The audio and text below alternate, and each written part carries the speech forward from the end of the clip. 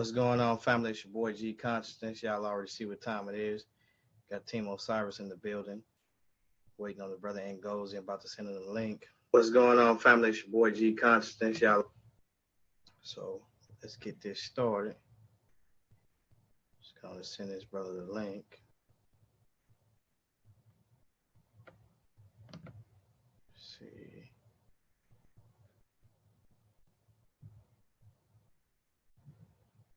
All right.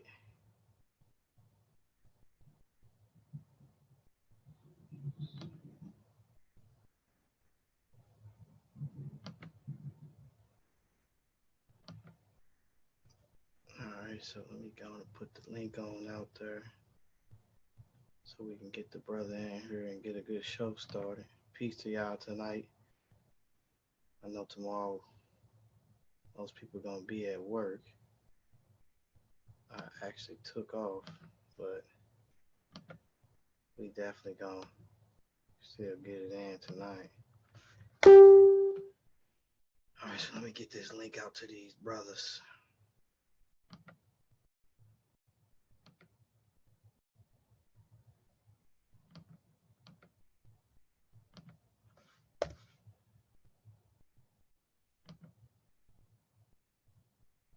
Send these links out.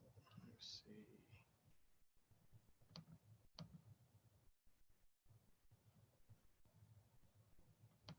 Looking for one more brother. Let's get see if we can get Konsciousness in here just as well.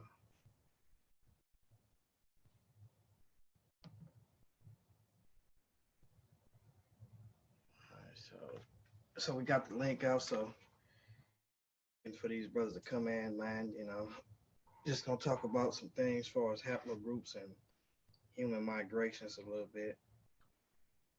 Let brother Ngozi go in from Team Osiris.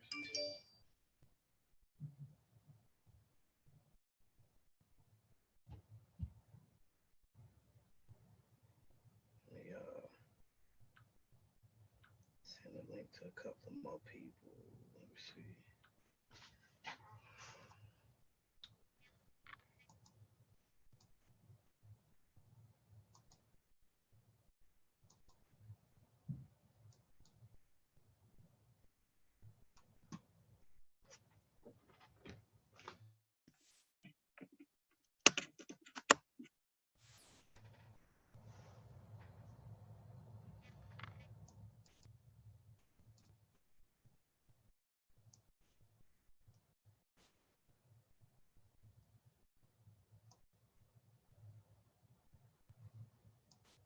Hold on, I need to find out why this video is not starting.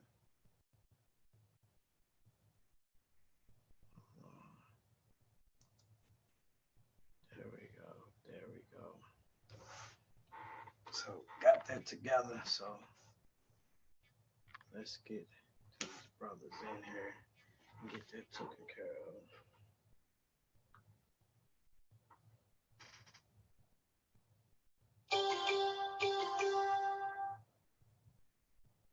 Uh-oh, Ronda Rosie got something going on. I ain't gonna check that right now. I'll check it in a minute.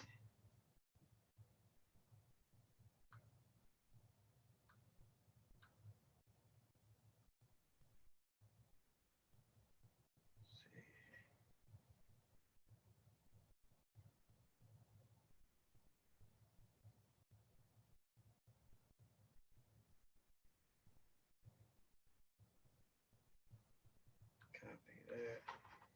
Send that to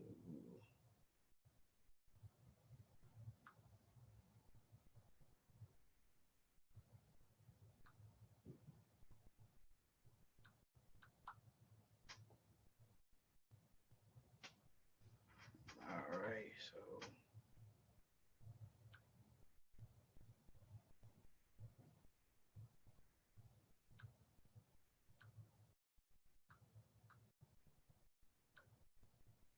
send this to this right here.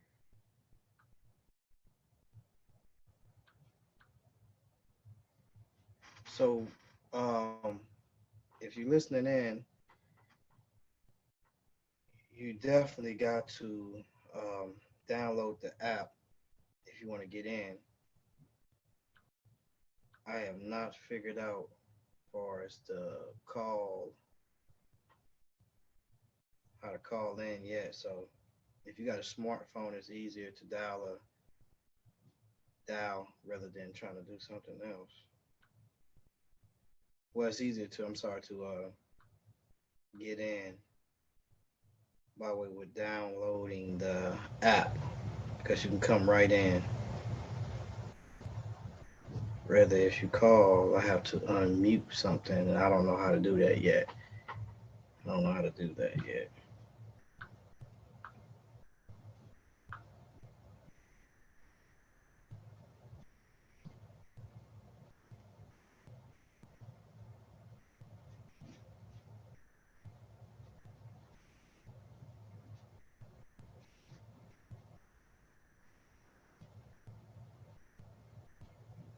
Okay, so let me set up. I sent the links out. Let me set up.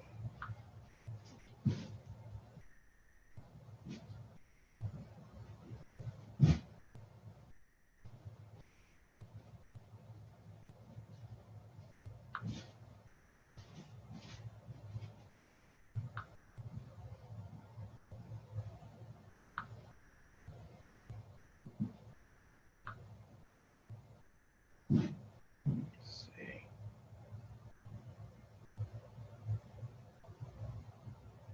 All right, cool.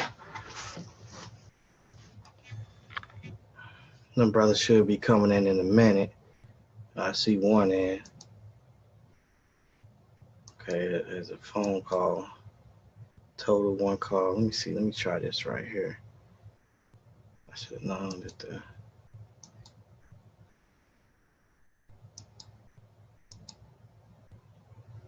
Okay.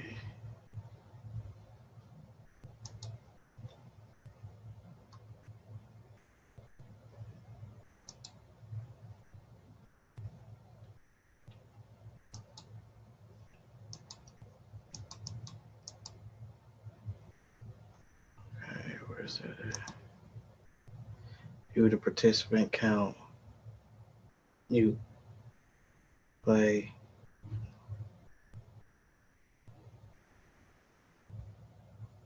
View the participant count. Let me see. Follow host mode. Activate speaker view.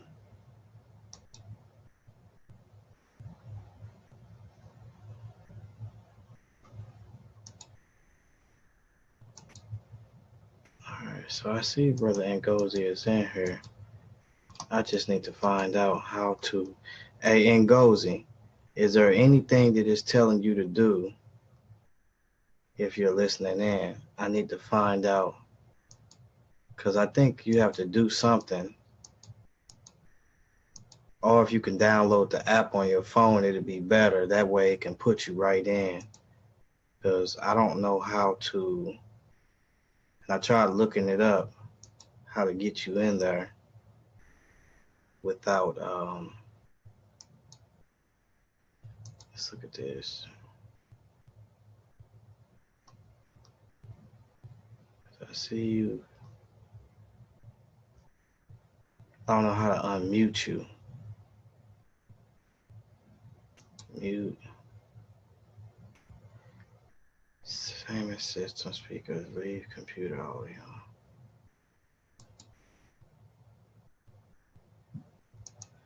Okay, let's see. Let's see phone call.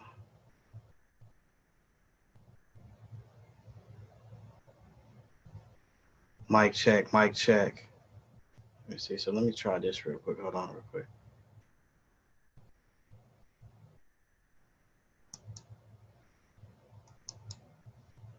Participants. I don't see him there no more, so let me see.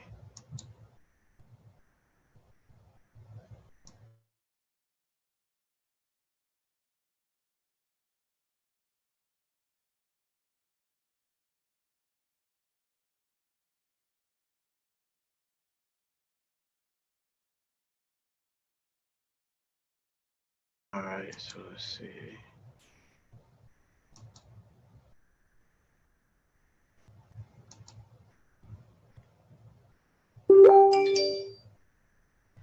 see something real quick.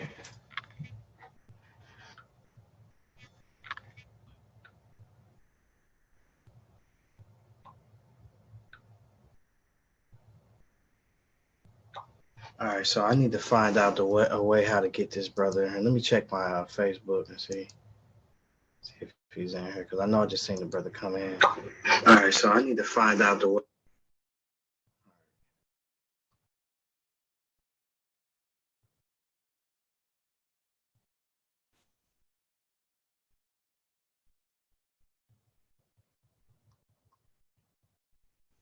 That if you click on that link will give you the you'll definitely get the. It's best that you come in by way of that rather than calling in, because I can't get the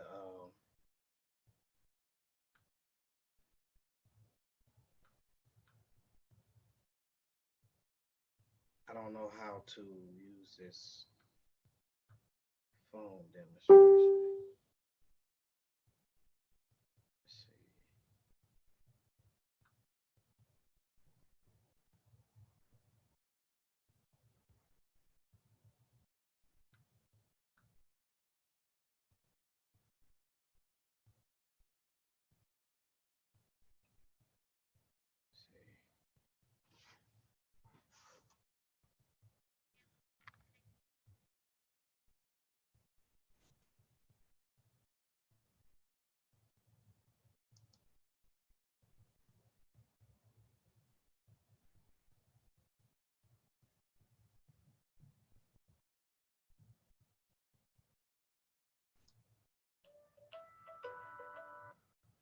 Hello?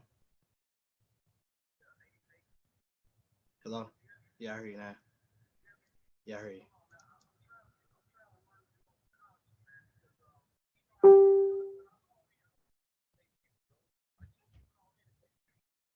Yeah, okay, cool. I need to find out how to unmute it. Okay. All right.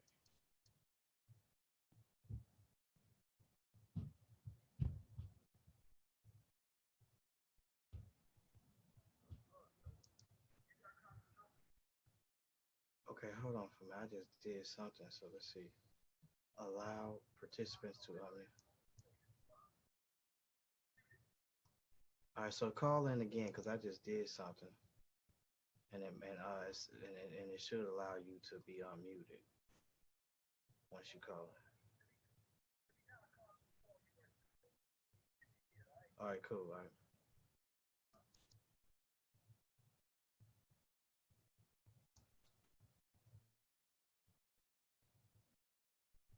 All right, so we still working on it here.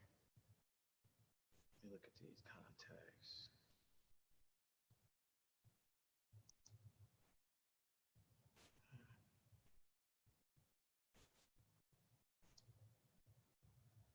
Star zone. Let's see. What advanced features? Let's look at advanced features. Let's look at this real quick.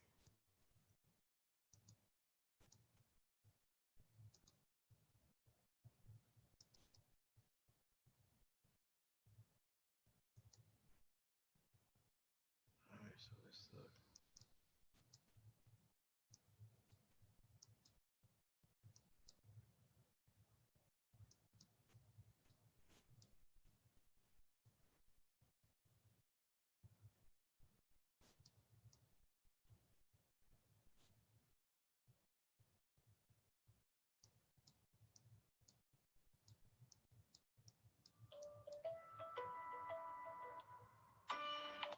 Hello? Hello? Kansu. Yeah, I'm trying to. You are? Yeah, yeah.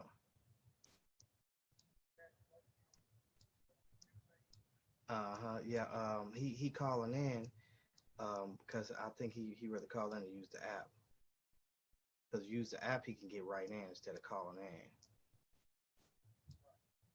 But so when he call in, when he calling in, it's saying that he's on mute. So I need to find out how is he on mute. So let me look at it real quick. Here goes.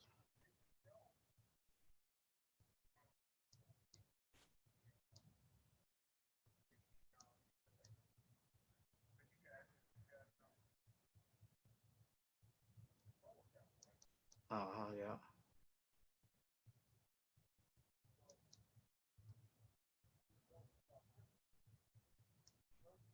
Yeah, and it showed it, yeah, that's what I'm saying. But when he go to participants, I'm not seeing that he's on mute or not. It just said participants and I can't even click on it. So I'm trying to see what's the deal with that. So let me see something. Okay, let me see something. Okay, so um I don't know what number he used. I know it was like let's say five I mean about two numbers possibly. Yeah, so let me see. I said I gave him the hold on, what is this thing doing right here? The I gave him all the numbers, matter of fact, because you look at it, I sent him a whole link. It got the numbers where you can log in by numbers or by what's it called or by the app. He got an iPhone or what phone he got? It says yeah, yeah, because there's a it says I mean yeah there's like two numbers. It says dial a number based on your current location. Did you yeah you I think you should dial that second number. It might because it shouldn't be putting you in mute like that. Because when it says when I put you in, it shouldn't have you on mute, but it's doing that. Yeah, I changed it so you can try it now and see what it does. Yeah, and then if you can, just probably like try to if you got a smartphone, you probably can download the app. That'll be better. That way you can get in like that because it's a link on there for the app too. You ain't got to show your face either. You can just have audio. Okay. All right. All right. All right. So yeah, I'm sorry about that. We trying to get it together. Uh, we definitely trying to get it together. Bear with us. Let's see. Turn. Mic check. Mic check. See if I can get the mic check. Bear with us. All right, cool. So the mic is definitely working. Let's see what's this right here. Right there.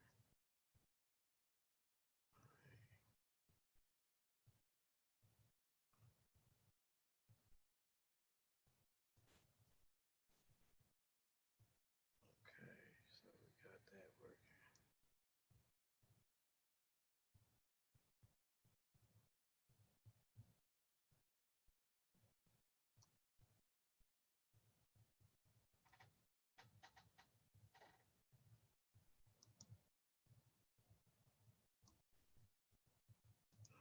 cool. Let's see.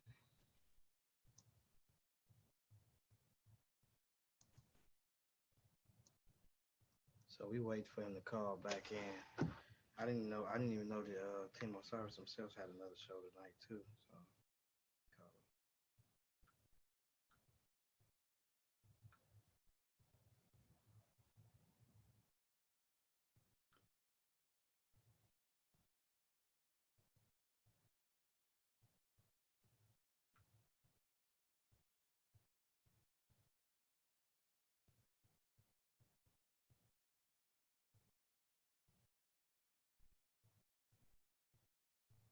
Matter of fact, let me try to call in myself and see what it's doing.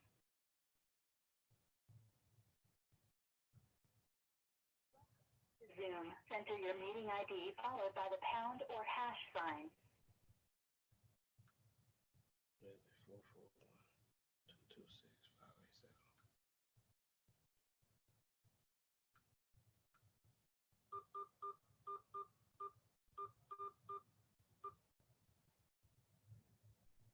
participant ID followed by pound. Otherwise, just press pound to continue. You have entered the meeting as an attendee. You are muted throughout this meeting. Okay, I see. I see.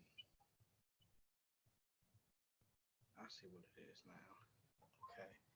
He needs the ID. That's what it is. He needs the ID. That's what it is.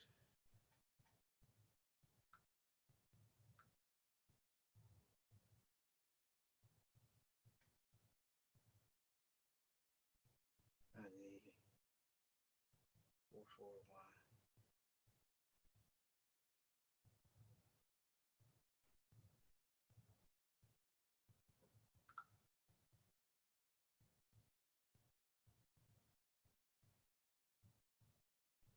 Okay, I got it now.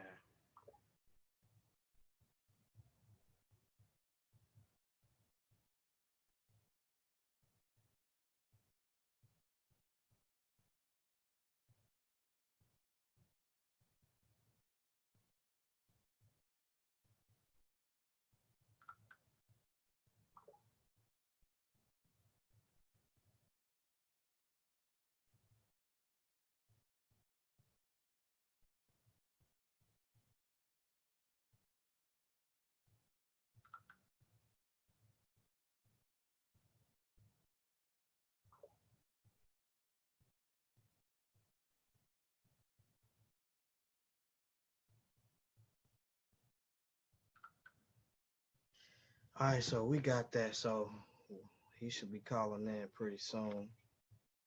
Give me y'all. But let me make sure I start sharing this link. He should be calling in. I should see him pop in. So let me start sharing this link. In fact, even go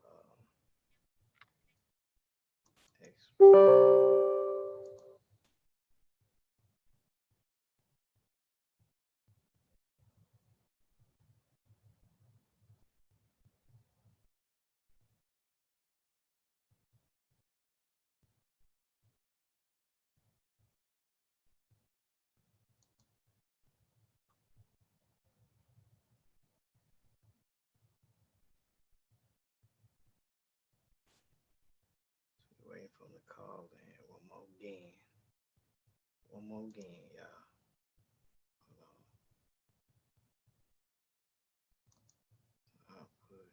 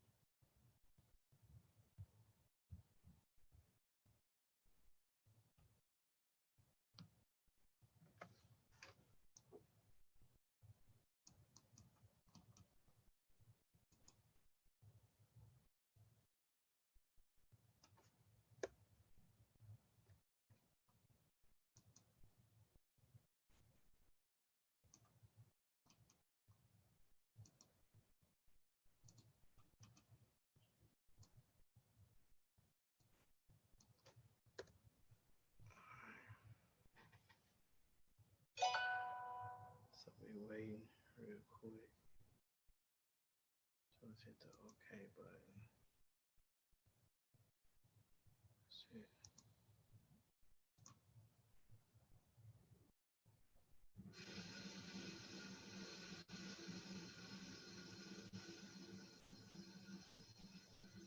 Peace, peace, peace to the family out there. It's your boy G Consciousness.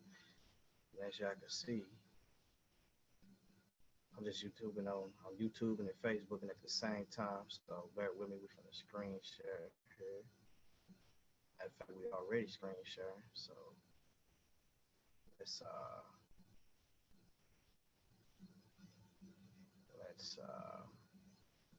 do it like this. Let's go to my page.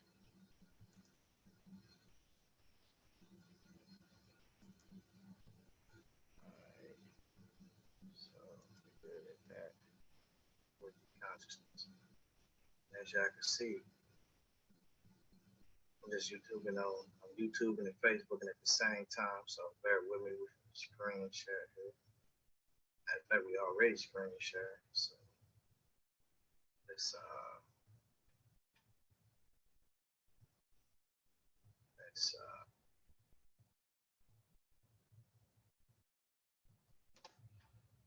right, I'm gonna see. I don't know if there's gonna be kind of like a lag or something like that, but let me check this out on while we wait for Brother Ngozi to get up in there.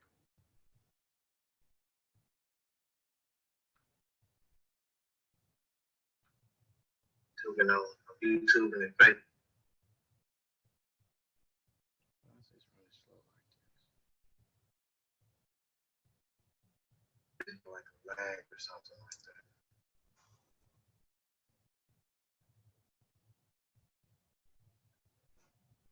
Tuning on. Yeah, I'm lagging real bad. I ain't dropping no frames though. YouTube and Facebook.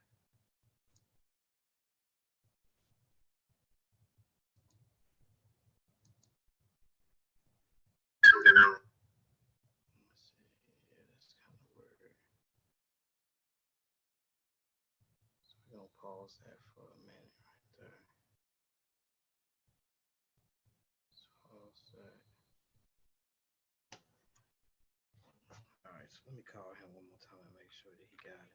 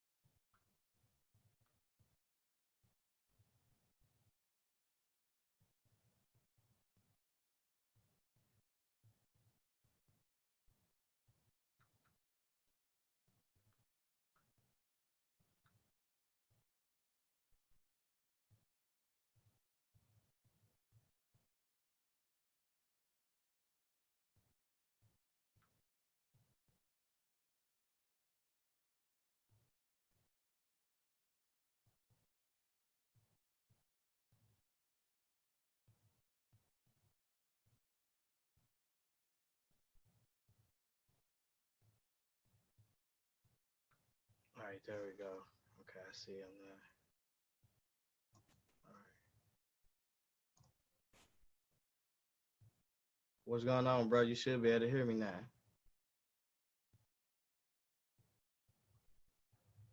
Mic check, mic check. Can you hear me?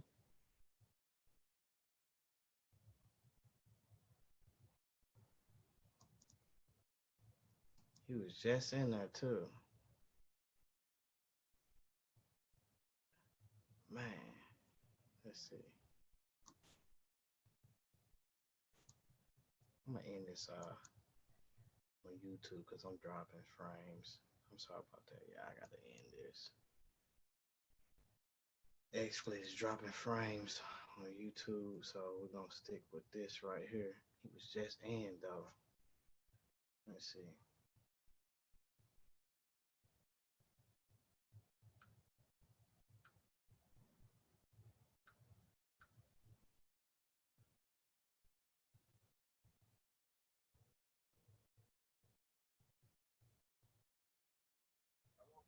You was just in too. Was that you?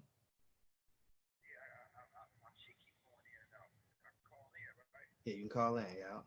Call in and put that. Listen, when you call in, put that first ID number in, and then put that second ID number in because one of them is a 10. Yeah, 44. Yeah, that's the you put the first number in that it tells you to give you. Then it gives you another ID, and that one of them can make.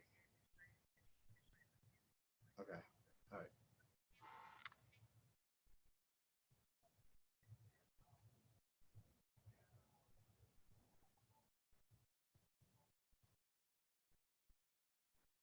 Mm-hmm.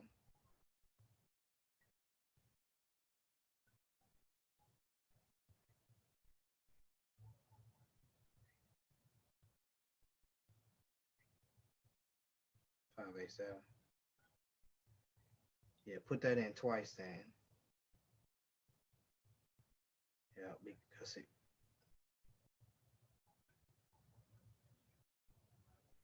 yeah, that's it. Yeah, if you put that in, that you put the number in that it tells you to put in the first time. I think which is the same thing. Then you put in the webinar number. That's the last number you're gonna put in because that ID is gonna get you as a panelist. Because I just clicked you in as it did something different.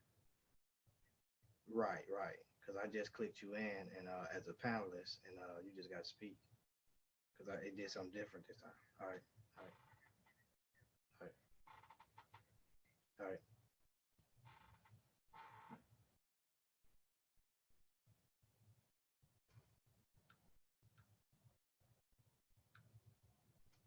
All right. So we're still.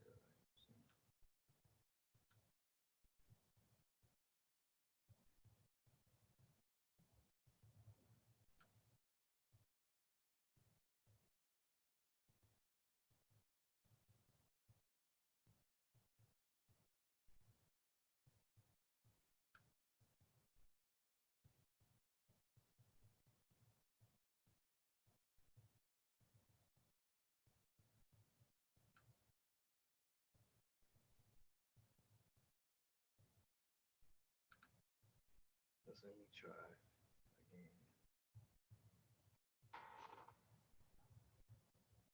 Your meeting ID followed by the pound or hash sign. Let's see.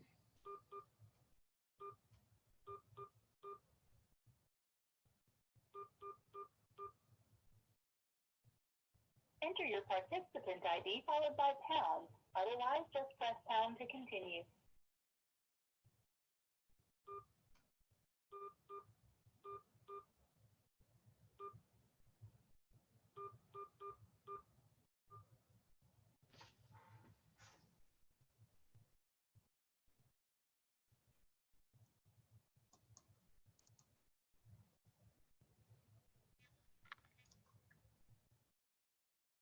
Mic check. Mic.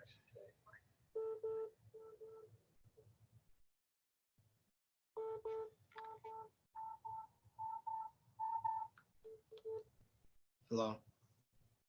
Hey, LeBron. Yeah, yeah.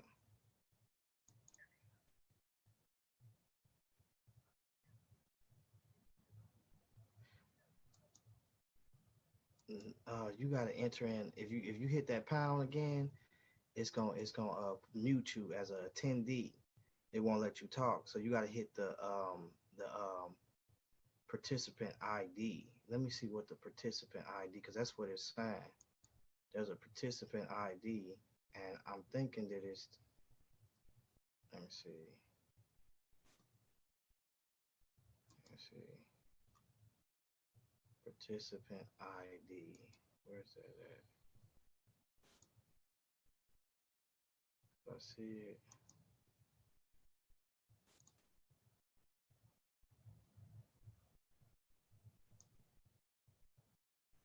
Let's see. Participant ID. Because I thought the participant ID was actually the hold on, matter of fact, I know what it is. Hold on, I'm tripping. Hold on, let me see. Participant ID. Okay, I got it. I'm gonna text it to you right now. I know exactly what it is. Hold on, I'm gonna text it to you. Do it one more time, and you should get in once I text you this participant ID. I see it now. All right, hit me. Just call it right now.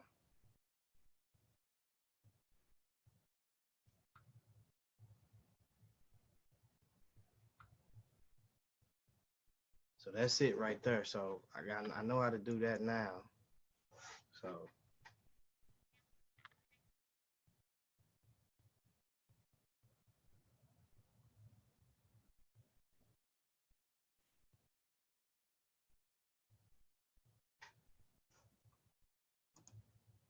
right, so this should be the last thing.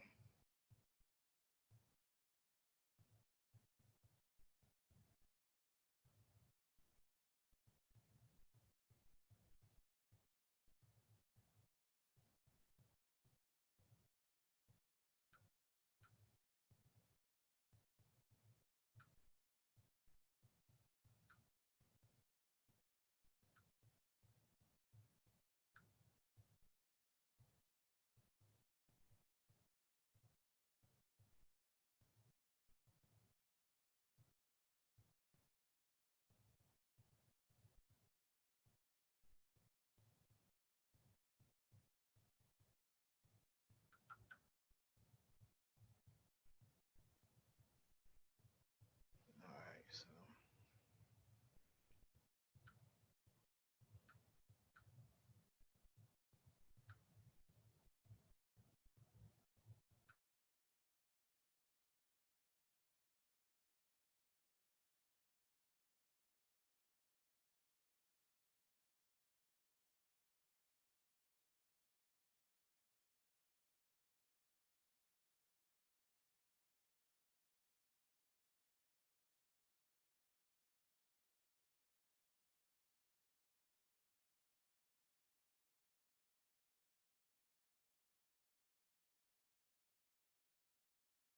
Yo, could you hear me? Hello? Hello? LeBron? Hello?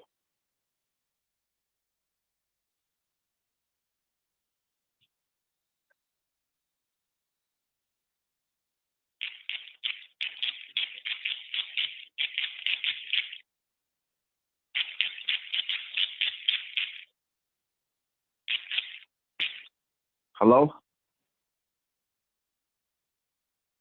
The fuck? Hello?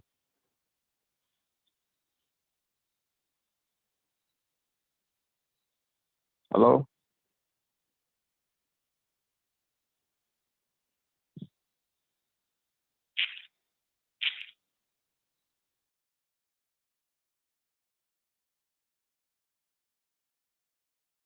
check, mic check.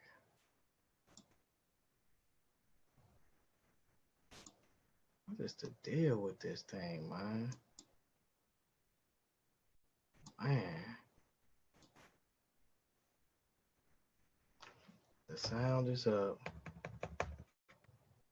Let me try it. Let me try myself again. Hello?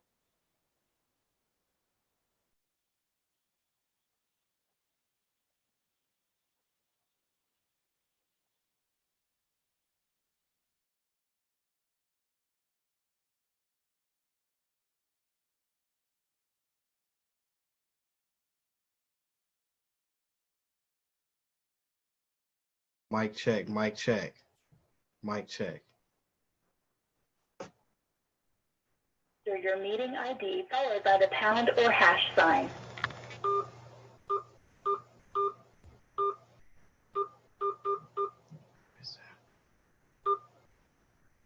That's that. Enter your participant ID followed by pound. Otherwise, just press pound to continue. You have entered the meeting as a panelist.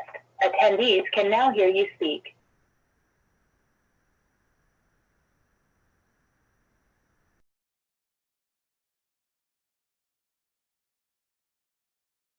Yeah, he should be in here off this number. I should be able to hear him speak.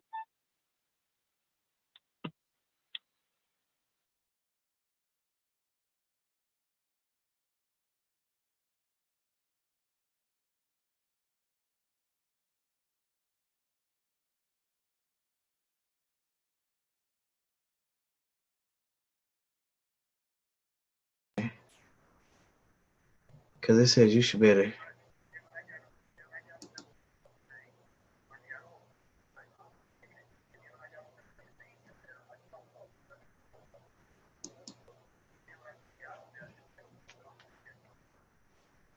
Unmute. I unmuted. All participants are unmuted. What is the deal, man?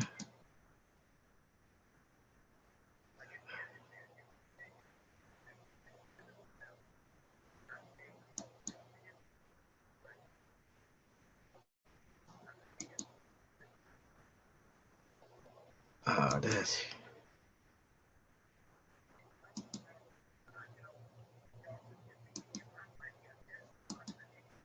that's crazy. Let me see. I know that it's I got everything right now. Just we got the participant number and I seen you up there calling for us. I unmuted it. What else do you need that needs to be done? I don't know.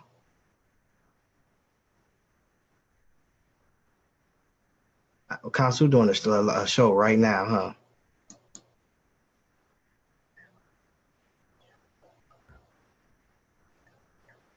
Okay.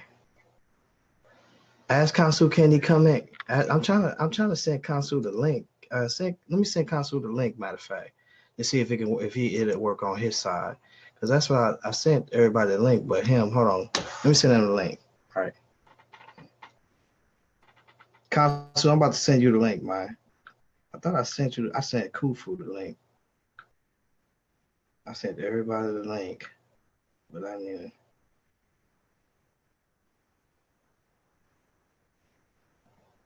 It's crazy. Let me see.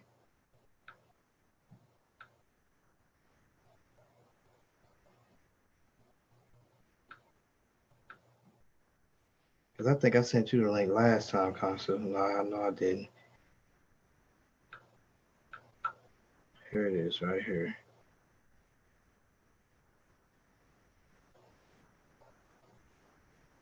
Yeah, I sent you what you call last week. I didn't send you the all right, Consul. So I sent you the link, man. So I'm sorry, y'all, man. I don't know how to work this stuff. I've been trying to mess with it and couldn't get it all week.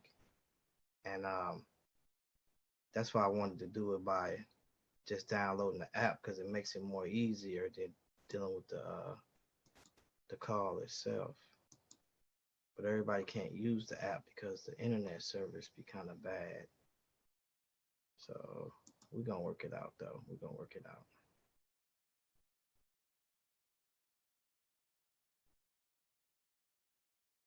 We hear him out here, but you can't, G-Con. He was saying hello. Do you hear him? I couldn't hear him. I wonder why I couldn't hear him. So it's me that can't hear him, and he couldn't hear me. Why couldn't I hear him, though? I don't have any headphones hooked up. Let me test my sound and stuff like that. Test this audio options. Test speakers. All right, so mic check, mic check, mic check, mic check.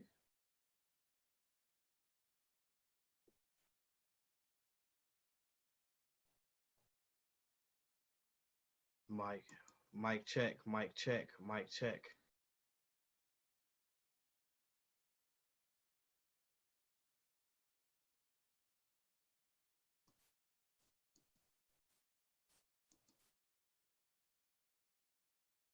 so mic check, mic check, mic check.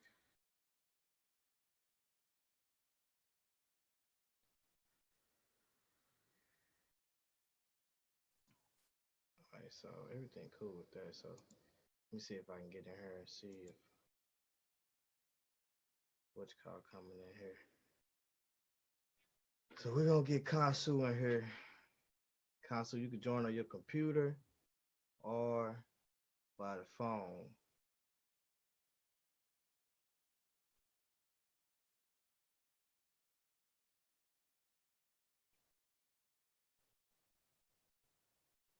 And Kansu, he's pretty good with this, so he should be able to help me out. Cause they said they can hear, they heard you, but I couldn't hear you, and I don't know why I couldn't hear you.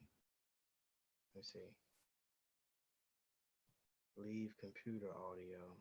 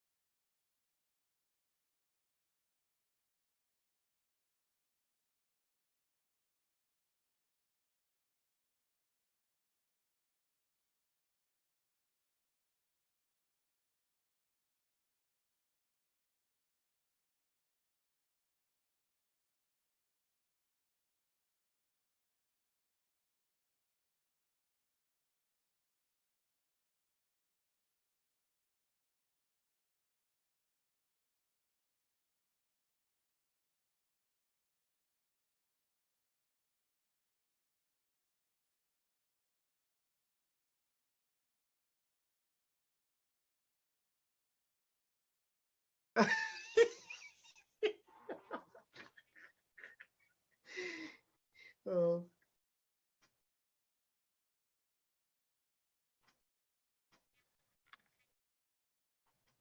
okay, cool. I need to get somebody over here fast, man, because I've been on the air like 45 minutes and we've been working on this crap, man, and we ain't got nothing popping over here, man. He can't get in. It's doing something like he got in, he put the participant ID in, but I couldn't hear him and he couldn't hear me.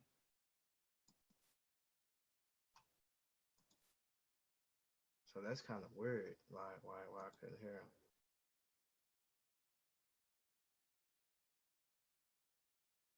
What's it doing?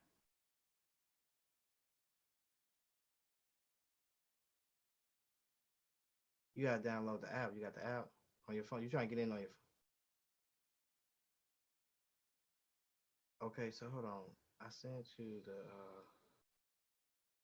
is this the right? Yeah. Basically, human migrations and also haplogroups. Let's see. All right, so let me see. Let's see.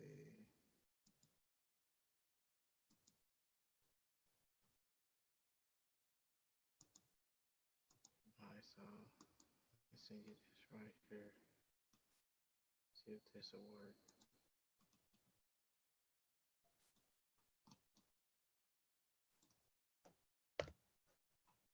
Okay, there goes.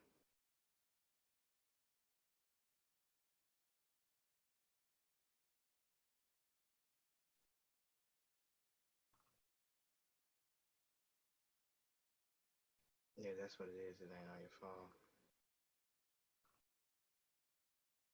And see, what's called if he came in on the app, it'd be better. He can come right in. But the phone thing, I don't know what's up with the phone thing.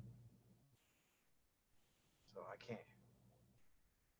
Yeah, cause I mean, we have problems with using it. I can't hear him and he can't hear me, but he's definitely in. So I don't know. No, because it's still gonna do the same thing. Cause we had this problem the last time. Now, if he came in on the link, if he downloaded the app, he could come straight in. We wouldn't have to worry about none of that. He can get straight in. Like when you download that app, it's gonna bring you straight in. You gonna pop straight. I don't think I'm gonna do is just add you. But that phone stuff, it's a problem with that. And I don't know what's the problem with the phone situation.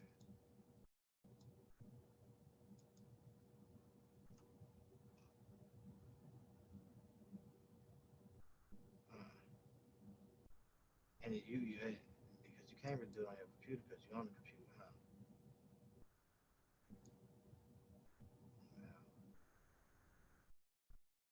Yeah. Well, Kufu over there too. What Kufu doing? Man, I can't believe this thing ain't working like that. So let me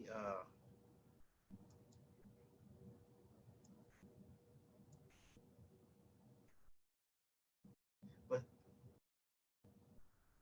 right, but it don't sound right like that. It always be like he ain't clear.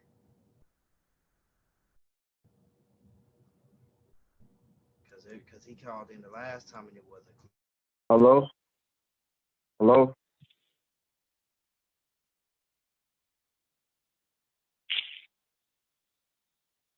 Hello? Man, this is crazy, bro.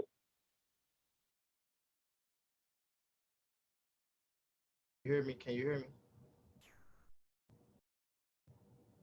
Oh man,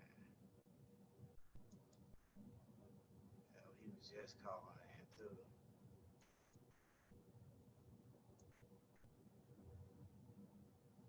They can hear him too. I just can't hear him. Yeah, but they can hear him.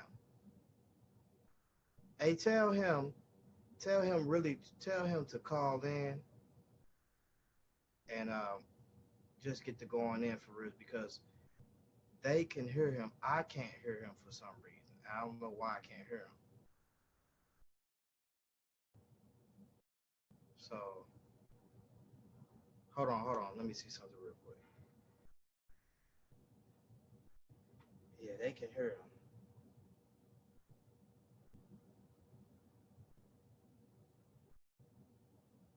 Matter of fact, what I'm gonna do is I'm gonna get somebody to help me out, and then I'm gonna hit you back and see if so if they can get in with the phone. All right.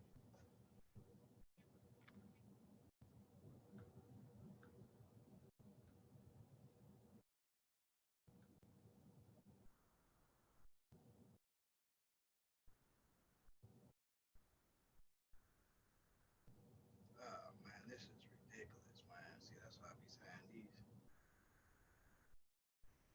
these systems, man, they be acting crazy. Brother Jay, do me a favor. I need you to try to get in on this call, man. Try to see how to work this thing. I'm gonna send you this. I'm gonna send you this link. Put in the ID, and I'm gonna give you the participant number and call it and see if it works. I'm gonna send it to you right now through your Facebook. Yeah, call it on your phone though when I send you the number. All right. Put it, all right.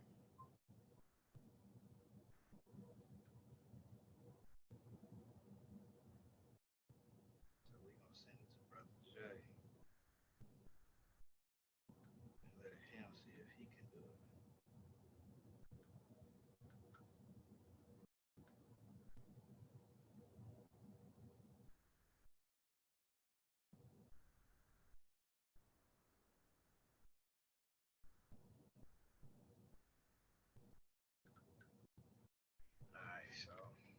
I don't know. We might be having to postpone this one too, cause this ain't gonna work.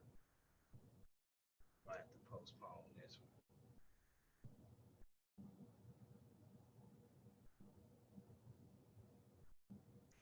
Cause this is all the way ridiculous.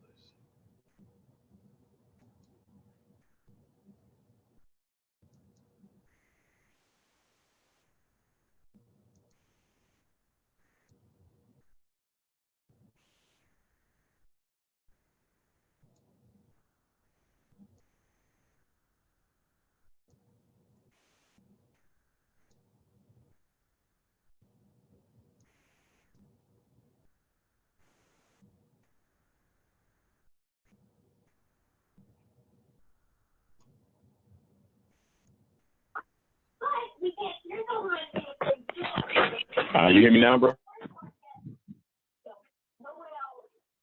Oh, I got you, son. Hold on. You hear me? You hear me, bro?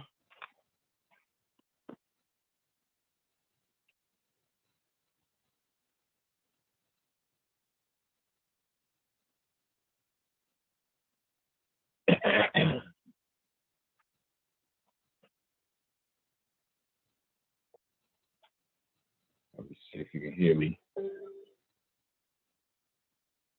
Check one.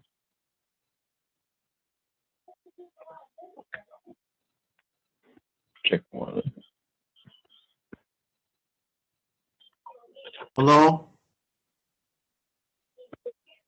Hey, what's going on? You hear me, bro? Yeah, I can hear you a little bit. Could you hear me? Could you hear me, LeBron? I don't know if G-Con can hear us. Could you hear? Now we can't hear him. Let me see. We can't hear him. No, I can't hear him. He's talking to another brother right now that came in the room through Could the you other way, through the video. could you hear me, brother? Yeah, I can hear you. Even when you came in earlier, you were saying hello. We could hear you on the outside, but G-Con couldn't hear you for some reason. Right.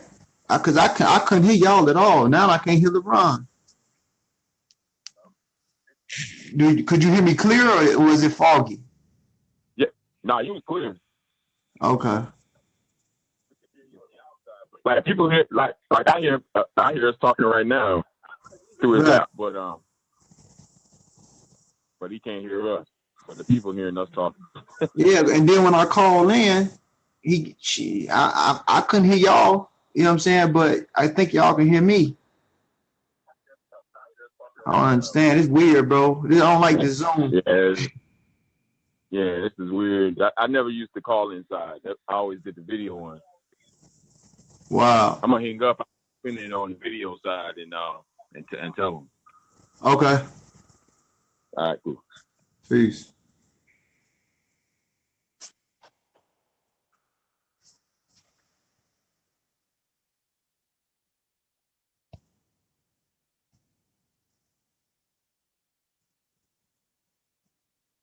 Mic check, mic check, mic check. Can you hear me, Ngozi?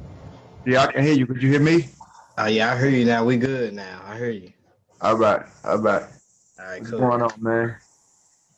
Cool. We in the building now. What's going on, bro? Man, I'm well, bro. Everything's great, man. I'm just, man, been working, moving around hard, tired, exhausted, just ready to just spread love to the family, man, and get the information out there, man. I want to thank you for allowing me to have the opportunity to come on the show and express, what I'm saying, how I feel about certain information out there and give these brothers and sisters out there this authentic information and science, to elevate the minds of the people collectively. Yeah, I definitely appreciate you, man, for coming on, man. I know it's been all trouble, man. Between work and conflict and time schedules and stuff like that. But, man, Yeah. we're here now. So, man, I don't know, man. Tell the people a little bit about yourself, man. Tell them about, who you with, you know what I'm saying, as far as Team Osiris and, any degrees or anything you want to talk about, schooling and stuff on the subject matter, you can definitely do so, bro. Oh, okay. I got a history. I'm Jassy Ngozi. I've been around for years, off and on. in the conscious community. I think it's been about 6.5 to 7 years off and on. I created Team Osiris. We was a spin. I once was part of Honor Rock Squad group, and I created Team Osiris once I left. And Team Osiris is a study group. That's what it is. We created a study group to give out real information and to override. You muted yourself, Ngozi. For the pseudo information that's out. It's not just about destroying people's belief and none of that, but just to give authentic information, because it's a lot of misinformation that's been taught for years in the community. And, we wanted to reveal the charlatans. I'm from Chicago, Illinois. I attended Triton, where I got my associate's degree in biology. And then later on, I went to Olivet, and then later Chicago State to finish to get my bachelor's. It's just been a long journey. Could you hear me? Am I still on? I hear you. So what does because I know Osiris is an acronym. What is it? What does it mean? Oh, well, it means our solution is revealed in science. You know what I'm saying? But it also means one soul infinitely resurrected in spirit. So it's not that we try and use Osiris because we Kemites or we Kemetic freaks. It's just a unique acronym that we came up with. And plus the logo for Osiris is amazing. So we wanted to use the imagery of it, because we know a lot of people out there in the world are in tune with Kemet. So we don't promote that we're Egyptians or none of that. I mean, I just want to get that clear. It's just the term or the title is catchy. Osiris, one solution is revealed in science, and we also have one soul, infinitely resurrected in spirit, or our solution is revealed in science. So we wanted to get that out there. You know what I'm saying? So that's what it really means. But we're not by no way Kemite. You know what I'm saying? Kemite boys, or people that rep that. We're Egyptian and trying to bash Hebrews and none of that. We welcome all and we love all. You know what I'm saying? We just teach the science and give out the authentic information. Right. And so some of the things I don't know that transpired is to put you up on speed. We've been talking about a lot of haplogroups, and so I've seen you you went out there in the conscious community out there and dealt with Sinetta and them. Mm-hmm. What was the experience with that? I know you had what was that experience like, man? I see you go out there and break down some things, man, on Sinetta TV and the conscious community. What was the experience? How was your experience with that? Well, my experience was good. I mean, it's just, a lot of the people out there in the community, they're not ready for real information. A lot of old, outdated information that we still linger around. We got old skeletons in our closet, in a sense of subconscious, our mind. These old skeletons and old framework or old ideas of what things are supposed to be like. And we're not really acceptable to explaining or elevating past old outdated information. I'm not here to go against, our old elders that came and taught. I'm only here to go up the ladder. I'm sure I would want the next generation to be better or bring better information than what I'm bringing, because things can change through time. We always discovering things as humans. So, I mean, my experience that I had with them, I was around people who really wasn't, they enjoyed it, but at the end of the day, you can feel disliked, uncomfortable. People was uncomfortable in the sense of, because it goes against what they believe. And a lot of people look forward towards this thing intuitionally, in the sense of, they expect or they're hoping or they feel that it should be one way and it's not, and we shouldn't look at it like that. So when I experienced, being around, Sinetta and Sinetta's a good brother, but when I experienced it, that brother welcomed the light. He allowed me to express myself and put the information out there through the camera. So I appreciate him for that. But, in between the people that was around me, some people liked it, some people didn't. It makes people uncomfortable because I don't really, I'm not Afrocentric, nor am I Eurocentric. I'm biocentric. I love science. I teach science. Even though we do have to have a defense, we have to be slightly biased because other groups of people are biased when it comes to expressing or explaining information.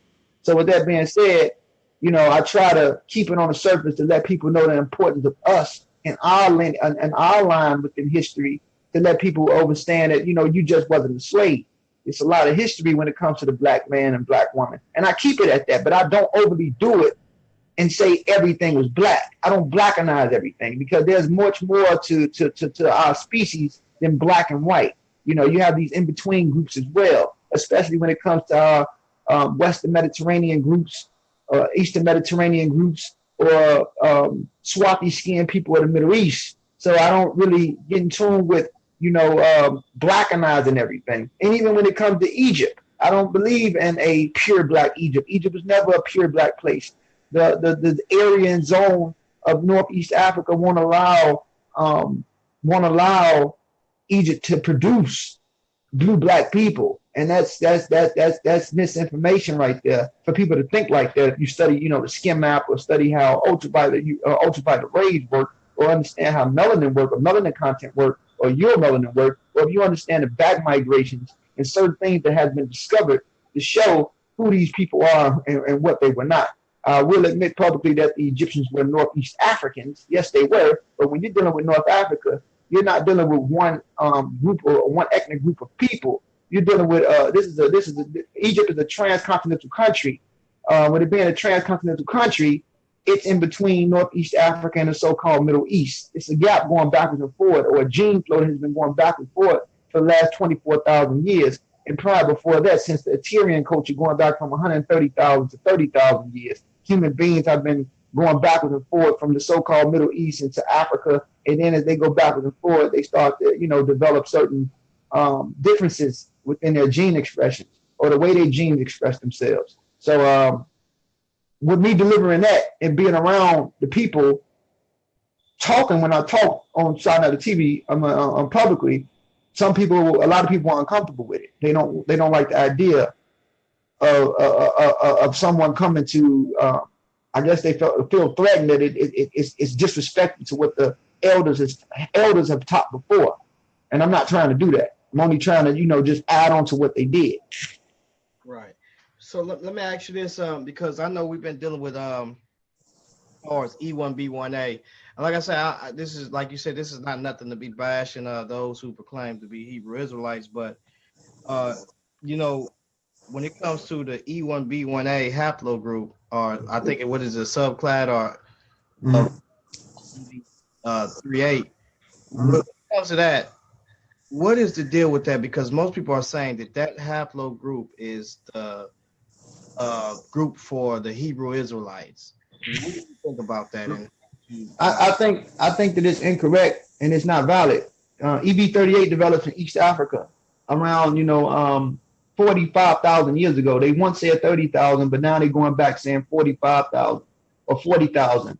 And when it mutates into a specific subclade around Niger, as it travels through the Sahel belt and migrates towards Niger, you have a group of people called, you can find these humans in southern Algeria and in southern Tunisia and Sicily cave art. And you have these the Tenarians and another group of people that, you know, that which lingered around that border of Africa, but of North Africa. But before that, when we talk about EB38, when it developed in the highlands of Ethiopia, before going through the Sahel and mutating into the subclade EM2, which gave rise to E1B1A, it went west. It never went east. It never went out east. Now, our brother went east. And this is why you find a lot of familiarity between Ethiopians and Somalians. The people that these Hebrews are bashing, that they saying are not, calling them Hamites, it's kind of like crazy and stupid, because you find specific subclade of EP2 or E1B1, which goes into E1B1A and E1B1B. You find specific subclades of E1B1B in the Middle East more than you find E1B1A over there.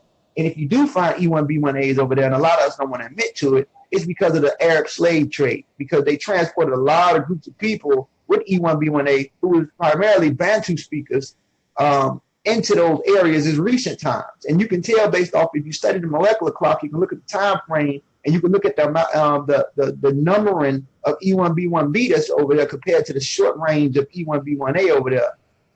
With the molecular clock, you can tell the time frame of when these people were there. And historically, we know for a fact that there was an Arab slave trade where people were being transported from Tanzania and Zanzibar in certain parts of Uganda, by being caught by other groups of people and being taken over there.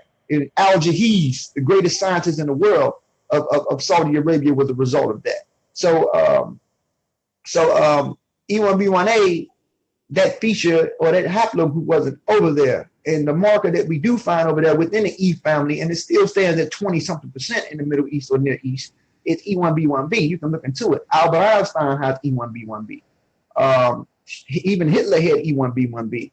A lot of groups of men in the so-called Middle East have this E1B1B subclade. And I'm not even talking about the majority, the marker that this is the second predominant marker. The first is J1. You know what I'm saying? After J1, we know J1 is an offshoot of JP209. And today, JP209 is classified as JM304. So when we talk about that, we can find out where that J marker comes from when it was linked to IJ. And before that, it was linked to IJK. And we can also find other subclades of that J marker going into the Caucasus or into the Europe area, which becomes independent I. So we have to be careful with that. You know what I'm saying? Right. So basically, when we look at E1B1A, I'm EM2, and right, the subclass of E1B1A. and it's basically, we can see it in West Africa. We can see the migrations of these, you know, and so when we see that, and I heard you say that, you know, when you start dealing with E1B1B, we see it in North Africa, then also make its way over to the Syria, the Levant, Levant area. And so when you say haplogroups, basically these are groups of people who did what, basically, and where, I mean, they migrated and isolated themselves. What do you mean by that?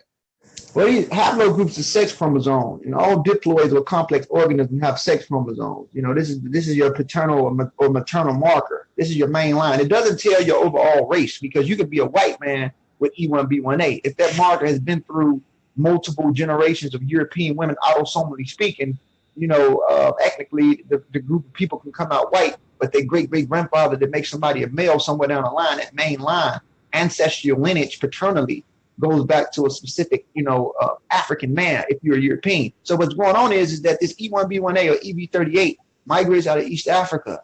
And once it comes out of East Africa, it goes through the Sahel, and then it goes north. It spends time in the Sahara, Tunisia, Algeria. There's been a lot of changes been going on up there. At one time, these group of people didn't even look the way they look until they later started breeding with pygmies and hunter-gatherers in sub-Saharan zones of the Congo area. We're talking about the Kefians and the Tenarians. The Kefian group went through different transitional zones, and they also in the further north, you hear groups of people in North Africa called Iberian Marusian. But the Iberian Marusian groups of people were a result of refugees from the far north Mediterranean and North Africa, and migrants from Southern Europe bringing specific mitochondrial DNA over there, and the Halfling culture, which developed in East Africa. But this is around 20-some thousand years ago. But then when you get into these Kefians who lived in the mid-range in between the Saharian, they were the ones, a few of them kind of escaped. This is why you have E1B1C still in North Africa, and you have E1B1A going south. So once EB38 goes south of that Sahara, it starts to amalgamate or breed with these early populations of humans that's been down there for a long time. And we're talking about when E1B1A first went down there, when they stayed in the Sahel and in that Niger area, we have to deal with, you know, the human globin lineage that's responsible for sickle cell. They developed malaria. I mean, they developed a resistant gene within the hemoglobin levels, which is sickle cell, which fights off malaria. And they started to develop in first two major regions in the Senegambia area and the Niger area. And sickle cell it's good to fight malaria. You know, when the red blood cells sickle, and the CoQ10 levels start to decrease, and it's able to resist malaria. So they started to develop that. And then as they kept going down and spending thousands of years down there, we know that E1B1A hasn't been nowhere else, because you have over 12 to 13 subclades of E1B1A in West Africa. Right, right. So stop right there, because I want you to say that to them again, because as he just stated, within that area, we have, he says 12 to 13 subclads of that haplogroup that's in that area. Right. Look at in the Levant area, there's only probably a 4 to 15% ratio of E1B1A that is in that area, you know, if you can explain that a little bit better to them, because this is basically showing us the migrations. Right. Well, when you go into the Levant, the E1B1A clade, which shows it wasn't there that long, is short. It's not that much over there. You might have specific subclade branches of it that was brought there, imported over there from as slaves. But when you get into the E1B1B branch, like for example, if I bring up the Natufians and we look at their DNA that has been discovered, they got over 8 clades of E1B1B, subclades of it. Now we're talking about, E1B1B again. This is a little brother to us. So when you get into the genetics of E1B1B that was over there, and we're talking about the Natufians exist almost 12,000 years ago. You have E1B1B1B2, you have E1B1B1B2A, you have E1B1B1B2B, and that's that 40%. You got CTM168, which was the paternal father that gave birth to END, or basal Eurasian branches as they call it. And you have, and because CTM168 gave birth to D and E, and then later E started to spread off or peel off from the CTM168 branch. And you also have our father clade over there, which is E1B1. This is the Natufian. You can look up the Natufians, go to their genetics. It's everywhere. You got E1B1B, which is EP2, which was over there, and you also have E1B1B1B1B1 that was over there. So when you look into it, the ones that we have in West Africa from E1B1A7A, E1B1A8A, E1B1A7, it's too many subclades within tropical West Africa for it not to have spent that much time over there. These people have been in West Africa before Hebrews even exist in the way we understand the Hebrew. Right. So the way we understand Hebrews, they was over there way before it exists. They was even over there way before Egypt or the pyramids was even designed. We're talking about life is much more than 6,000 to 8,000 years. These people have been over there for a long time. And for us to have that many subclades, we have to look at the time frame of how subclades mutate. Subclades can mutate within a zone of 4,000 to 6,000 years. For a whole other marker to develop, you have a 10,000 to 20,000 year range. You feel me? So it doesn't make sense for these subclades to be in multiple spots at multiple times and have these different variants of it for them to just come recently from the Middle East. It takes too much time. If you just came from the Middle East, and I think I don't know what time frame they use, the Hebrews, but it's an AD time period when they so-called supposedly went into West Africa. All of them E1B1As over there, those different multiple subclades, it don't make sense. It takes time to mutate into different subclades within a specific area. Let me ask you this though, because I'm pretty sure you do know this. Now, when we look at what they say about J marker in regards to what we have with the Ashkenazis and also which we know that marker they picked up that mutation just as well on that marker, as well as other what is it, J1 and J2, and then I think you said J1C3 or something like that. Yeah. Mm-hmm. That's the Cohen. J1C3 is the Cohen marker. That's another subclade of J1. Mm-hmm. Okay, now when we look at those, the Igbos, they took a genetic test, DNA test. I want to say probably some months, probably 6 to 8 months ago. I might be wrong, but I know recently.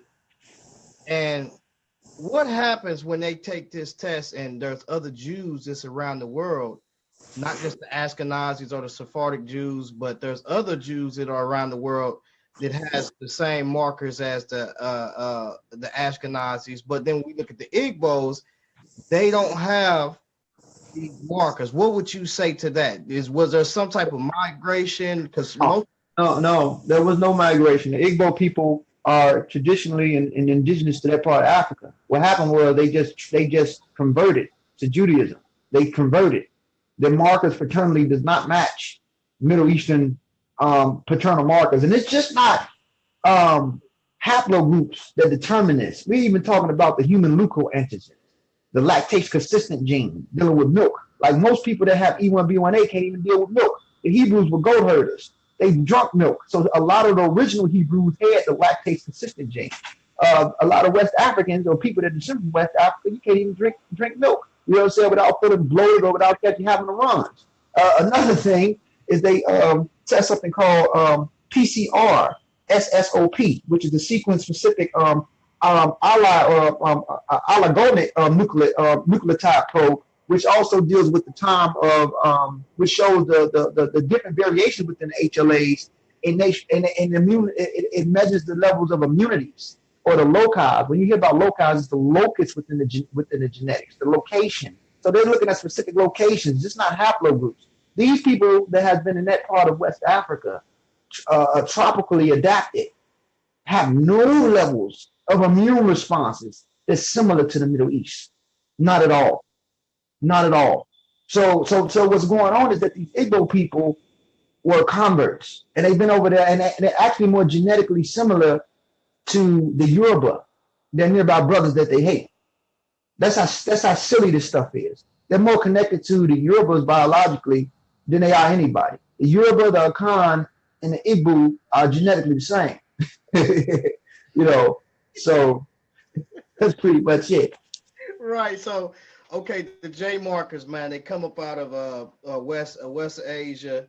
Yeah, near the Near East. JP209, which is today called JM304, it comes out of the Near East, near Iran, Iraq. It spent time migrating up and down to the Caucasus. Some went through the Caucasus and went into Eastern Europe and later became independent with a lot of the European populations today. A lot of the J's went back into the Near East, near Iraq and Iran, and became the single J1.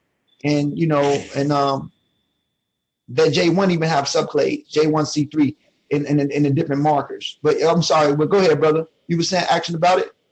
Okay, yeah, and you basically said what I want you to say. That's basically what you saying you own it, man. And so, and it's funny you said that because when you talked about E1B1A in West Africa, because I'm lactose tolerant, and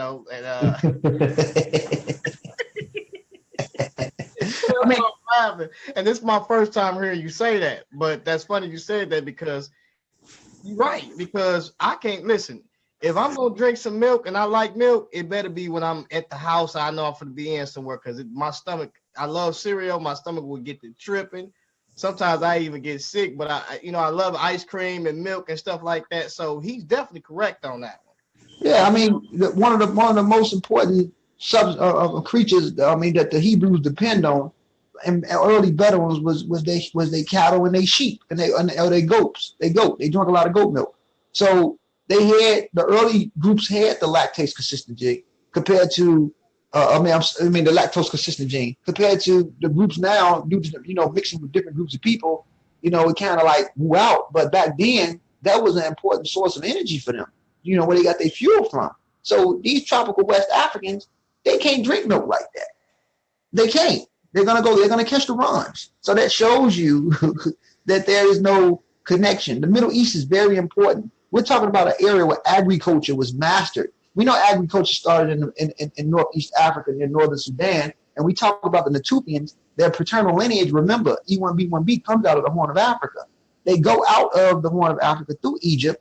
Before they were called Natufians, you had a group of people called the Attilians or the Comarusians. You feel me? So, but by the time they leave out and they go towards, and even when they go into the Mediterranean, if you study the history of North Africa has been mixed for almost 20-some thousand years. You have refugiums after the Middle Glacier period, that major one kicks in. You have Southern European immigrants starting to come in to the northern block of North Africa, and you have these East Africans meeting up with them. And later they become, after the Tyrian culture, the Iberian Marusian population.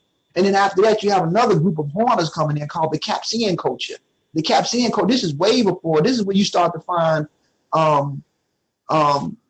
Jebel Sahaba grave. You feel me? This is when you start to find Jebel Sahaba grave. And, these people are already going backwards and forth from the Middle East. And then by the time the Natufians or the Attilian group gets, or the Coral-Marusian group gets into the Levant, they start to meet up with people from near Turkey. When they meet up with people near Turkey, they start to bring certain alleles because the human migration, according to what we understand in science, was 60-some thousand years ago, the successful one. We know it was multiple out of Africa migrations, but the first one wasn't successful. So when they get over there, they meet up with humans who was already outside of Africa, who's been isolated for thousands of years and developed their own unique gene expressions, and they start to crossbreed. So these Natufians, even with the back migrations, when they come back, due to specific reasons, and they're going through Yemen and they're finding their way back in Ethiopia. This is where you start to find these so-called mixed Eurasian genes, because they're bringing different subclades of E1B1B in that they developed from spending time over there in the Near East for so long, and they bringing a few cousins with them with the T marker. You know what I'm saying? And a few wandering J's even came with them. You feel me? So we got to be careful with that. You know what I'm saying? Right. It definitely. So when you start talking about, what do you know far as when it comes to the Ashkenazis and the Sephardic Jews? I know you heard about the Khazarian theory. Mm-hmm. What do you know about the Ashkenazis? Well, the Ashkenazi Jews, they do have, when you look at their genes autosomally, yes, they have mixed with Nordic Europeans, but they've been up there in Germany for a long time. I mean, over 600 years of being up there.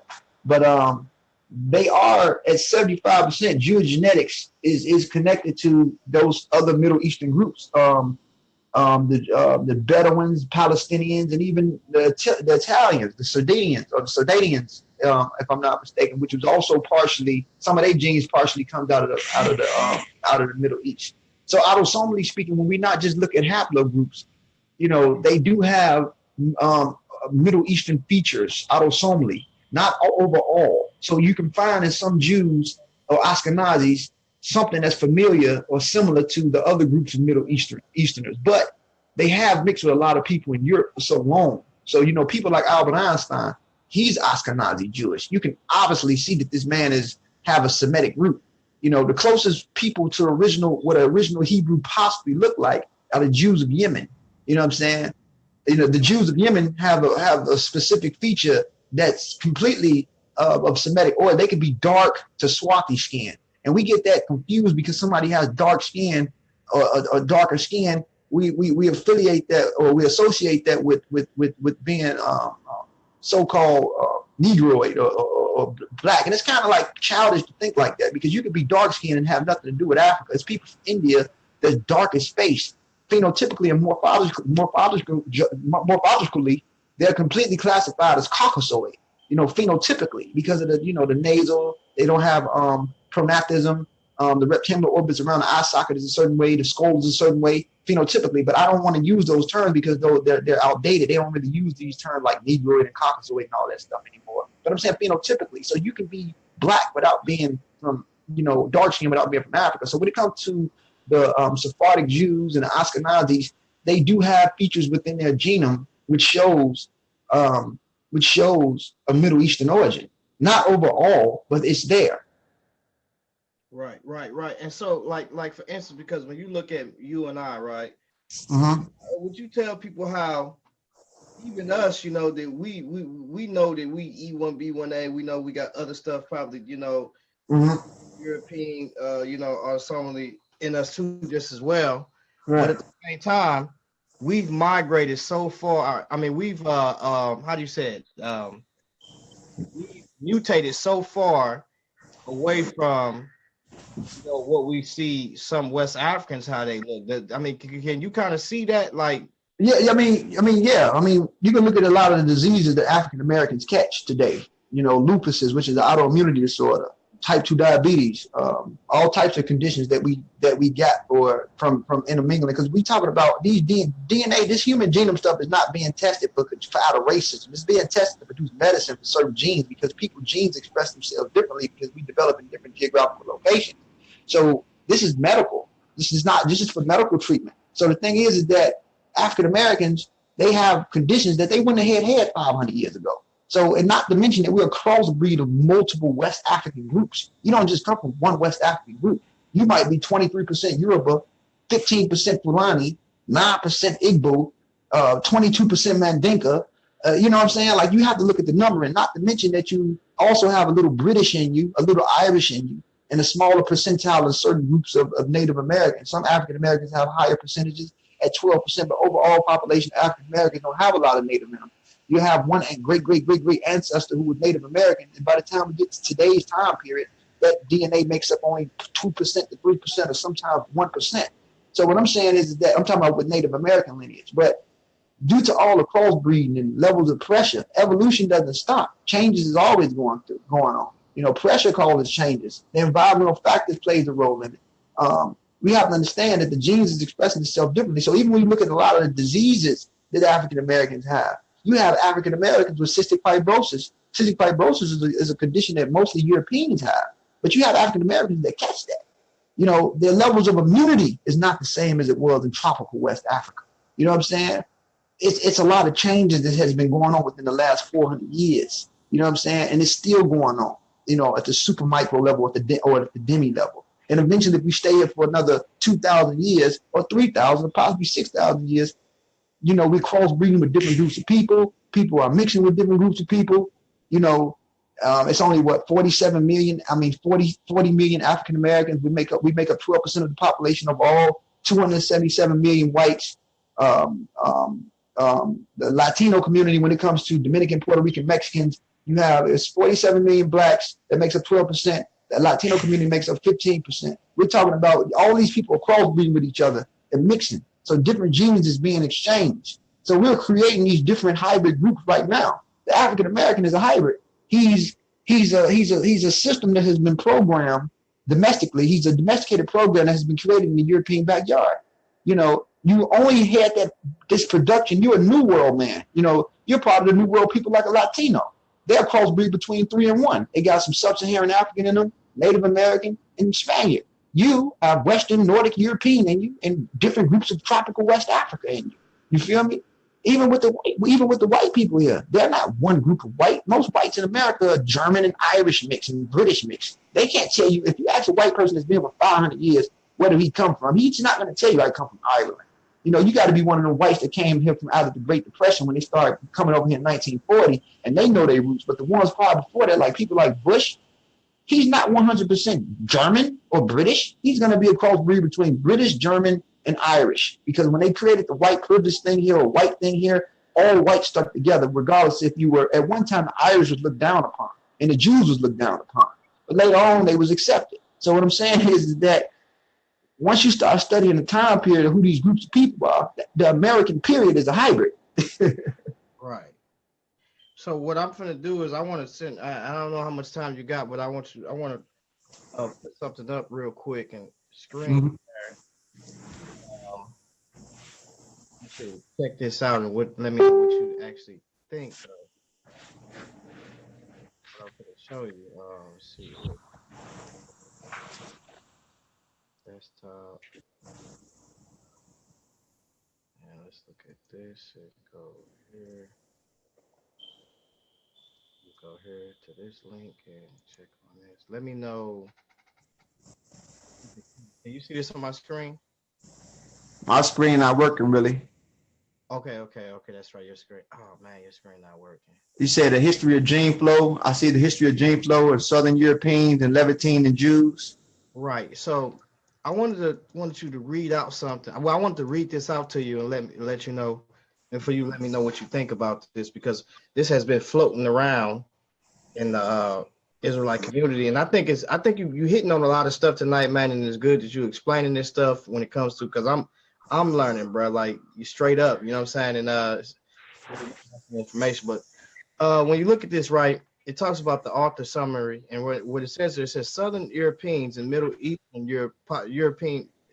Eastern populations are known to have inherited a small percentage of their genetic material from recent sub-Saharan African migrations, but there has been no estimate of the exact proportion of this gene flow or its age. Now, what I want you to look key in on is when it says this part right here. It says, we apply genomic methods to show the proportion of African ancestry in many Southern European groups 1 to 3%, and Middle Eastern groups 4 to 15%, right? Mm-hmm. And Jewish groups 3 to 5%. So when you look at that, basically, is that saying that, you know, basically this out of Africa gene flow, or? Well, it's 3 reasons. For example, mitochondrial DNA L21A, which is could you hear me? Yeah, I hear you. Yeah. Mitochondrial DNA L21A. These markers existed in more than one area at one time period. You got bottlenecks, you got extinction zones, you got bottlenecks in genomes is reduction of population. For example, you have L3F1B16 in Spain at 1%. That's a sub-Saharan African mitochondrial DNA, which shows that sometime, whether it was in 10,000 years ago,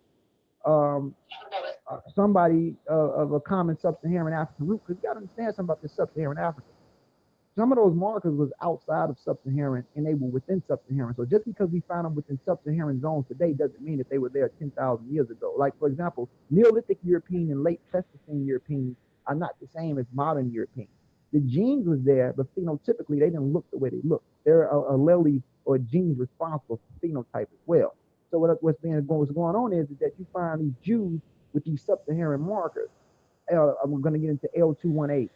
That marker of L2 subclade. You find L2 mostly in Central and West Africa, but you also find it in Poland and you also find it in Syria. And they possibly went over there in the pottery B culture around 10,000 years ago. You find it over there.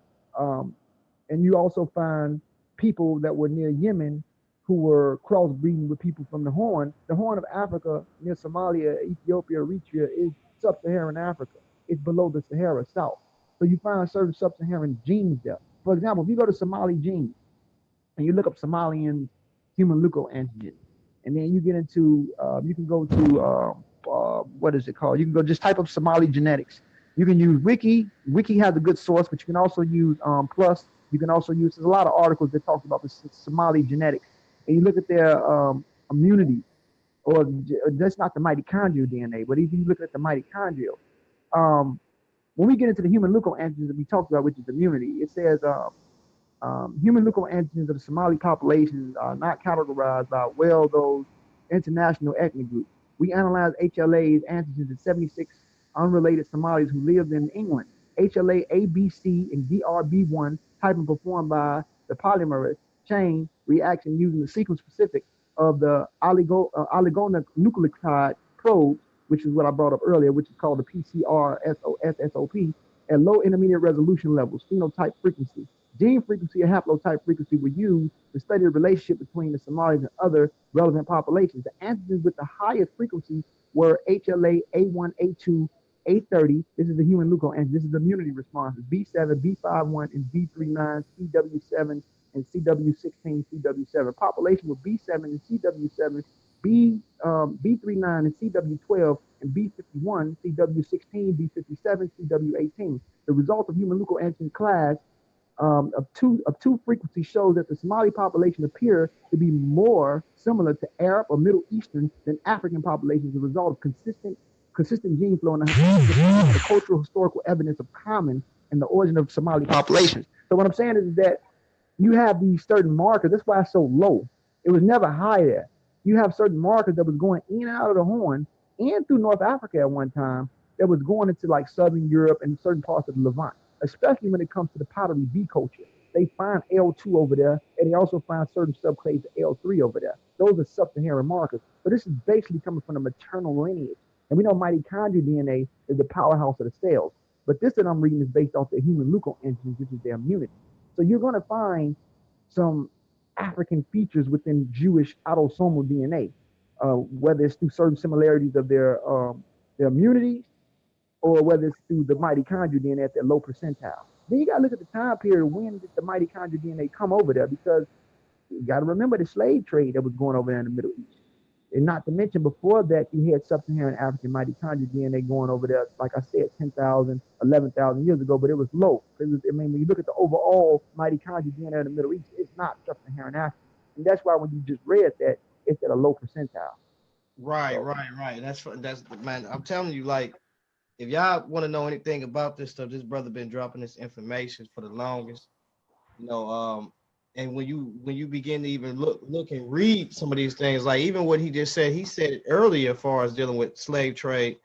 It went on. Then when you start going up and you look at the introduction of what I've just read, if you notice something, look at what it says here. It says it says by applying the method to Eurasia, it says we show that the dates in Southern Europeans are consistent with events during the Roman Empire See? How you say subsequent Mhm. Arab migrations. Mhm. The dates in Jewish are older, consistent with events in classical or biblical times that may occur in shared history of Jewish populations. But when you start looking at some of these events that took place, Roman Empire and subsequent Arab migrations. Mhm. So, a lot of that has to do with a lot of these gene flows coming up out of, you know, Africa, Africa going into the Levant area, as well as when you, Right. I think E1B1B is up in West Europe too, right? Yeah, yeah. E1B1B, that dude, he was everywhere. Like he was everywhere. Like E1B1B was even around in certain percentiles of Göbekli Tepe in Turkey. He's everywhere because you got EV13 subclade and EV12 subclade. You also found a grave in Spain, 7,000 years old, E1B1B. You know what I'm saying? Like these dudes, those dudes is everywhere. These are the fathers of the Berbers, the Somalis, the Amharic speaking Ethiopians, certain people in Yemen. But we're talking about when it comes to the language family. And another misnomer that the conscious community, don't understand is the language family, Afroasiatic language family. Hebrew is part of the Afroasiatic language family. Arabic is part of the Afroasiatic language family. Medu Netta is part of the Afroasiatic language family. Berber or Amazigh or Amazon language is part of the Afroasiatic language family. And when you look at the markers or the DNA of these people, it's all similar. We're talking about just not a triangular trade because, Egypt or in Syria and all these people had a triangular trade for a long time. Um, Before that, these people have been going in and out. So the immune responses to people in North Africa, Southern Europe, and the Levant is going to be similar because they develop in similar temperatures.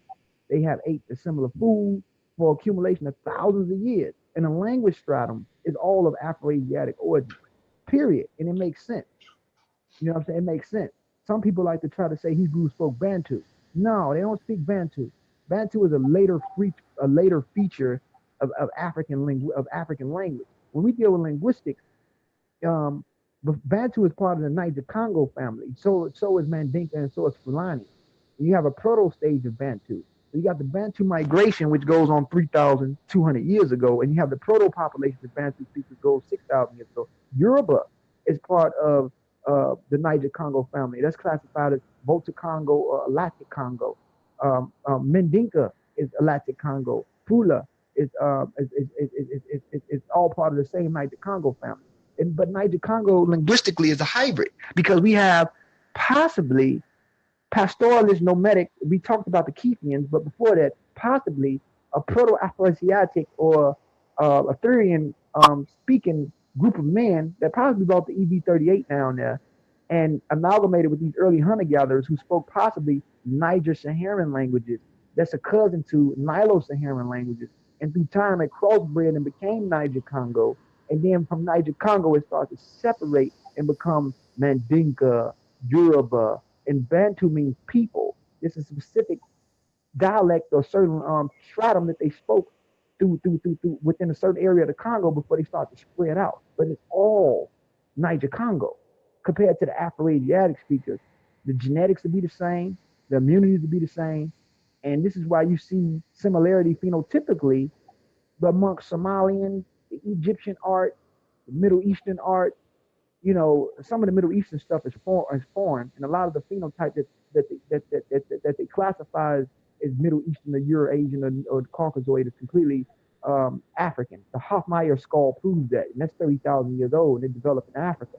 So yeah, E1B1B was everywhere, bro. He was involved in everything, and that's the little brother to E1B1A. Some people want to go up and say he's the big brother. Some people want because we both split from EP2, but we went in our own direction, westbound and north. They went north, Middle East, and back. So being if a person, according to the biblical text, if a person is an Israelite, should they have some of these Middle Eastern markers? Yeah, conversion to the faith is different in the mentality because to be a Jew or to be a Christian is not a specific marker that you have to be converted. Because, symbolically speaking, for those who believe in Christ or it's about converting. Like if you believe in Christ and you become a Christian, you technically become an Israelite. If you convert to Judaism, you become an Israelite. It's not about a specific, but the authors of that tradition or the authors of those systems were created by a specific type of people. And these people came from the Middle East, and they're going to have a Middle Eastern feature. This is why these so-called scientists came up with this so-called Cohen gene or an Aaron marker from the priestlyhood, J1C3. And then they turned around and talked about the 26%. Like if you look up Jewish E, and it talks about the E1B1B subclade, which is classified as the Jewish E. But that's the lower number compared to the higher percentile of J1, which is J1C3. So yes, you're going to have a Middle Eastern feature if you originally come from the core, or if you were originally the authors of the storyline. I'm not talking about a person that converts later on, because your faith is your faith, and if it works for you and make you a better human, that's what's important. But the authors of it, or the core source of those belief systems, they have a specific gene expression that's unique to those people, and it's all going to look the same. And you can see this gene expression amongst the Buba clan, the Limba, which has it at, they don't, not the overall Limba group, but the Buba clan within the Limba group has a specific J1C3, which showed a group of men from Yemen went down there. Their immune response, because they mixed with Bantu speaking women for so long, it's going to probably be a Bantu. Like, for example, you got African Americans who have R1B markers from their European great great grandfather, R1B N269. Now hold it right there, bro. You said that you have African Americans that have R1B, and that's crazy. You said that because you said from their European great may have been slave masters, right? Right. Now the R1B, that is the origin of that, isn't it West Asia? I mean West Europe. No, the R1B comes from R1, and R1 comes from R, and they probably developed around either PM45 gave birth to it near Central Asia, near Kazakhstan, and later it migrated. The oldest marker of R we find in Siberia from the Maltai boy, which goes back 24,000 years. Before it was R, it was PM45, which developed somewhere in between, far Central Asia, near Kazakhstan or whatever. And before they went into Europe, remember, it was the Yemenite, which was the pastoralist horsemen that drunk milk drinking Russians, that brought the R1 marker to Europe. And before it was in Russia, it was somewhere near Turkey and near that Central Asia area. They also was responsible for bringing the Indo-European language. So by the time they made it to Britain, those subclades started to mutate, like the M69 branch of it started to mutate in Europe. But the original R comes out of Central Asia or near southern Siberia with the Maltai boy. And you look up the Maltai boy, Y chromosome, the oldest branch is R. So it goes from R around 20-some thousand years ago, and then it goes all the way down to this different subclades, R1A and R1B, and then R1B starts to spread out and it goes into a different direction. But the father of R is PM45, and that dude, he was somewhere near, Kazakhstan. See, it's a lot of similarity between these European, even Australoids, as dark as they are. European, Neolithic European, Australoids, and early Middle Easterns have a lot of similarity amongst one another. And I'm not trying to, it's just because these are all part of these outer African migrants. These are all Eurasians. You have basal Eurasians. Basal in science means branch off base. When you branch off base, you can either go in two directions, B, E, and C. And you have, when you get into the Aboriginal Australians, they have the CM130 branch, and they have different C branches, mitochondrial DNA S, which is the daughter of the N, which comes from L3 mitochondrial DNA, which shows the mitochondrial DNA route through time period. So again, these are just haplogroups. But again, immune responses, iron levels, metabolism. You got chunks of DNA that's responsible for different things for how you respond biologically. You feel me? Overall. You know what I'm saying? So yeah. Yes, because we got a guy, man, he's R1B, and I told him, because I was like, man, that may be from your slave master. It is. When you study genetics, 30 to 20% of African American men have Y chromosomes from their great great grandfathers who was European. Majority is 70% is E1B1A, but you have African Americans who have, and don't let them trick you, because they want to get tricky and they talk about the Hausa. And Hausa has a specific subclade of R1B. They have R1B VA8. If you got R1B M269, that shit came from a British or Irish man who raped your great great grandmother. And most of the African Americans who have R1B, it's M269, or it's a specific subclade that comes out of Europe. And what happened is that these white men raped these black women, gave birth to a biracial son that looked like Lenny Kravitz, and this Lenny Kravitz looking dude turned around and had sex with another black woman. So autosomally speaking, he have by now for 400 years more sub-Saharan African allele than what he would have had 300 years ago. The further he go back in time, the further he can be able to see his European features.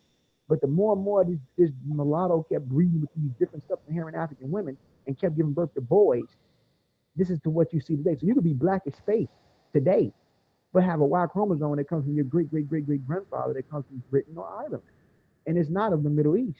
It's not of Central Asia.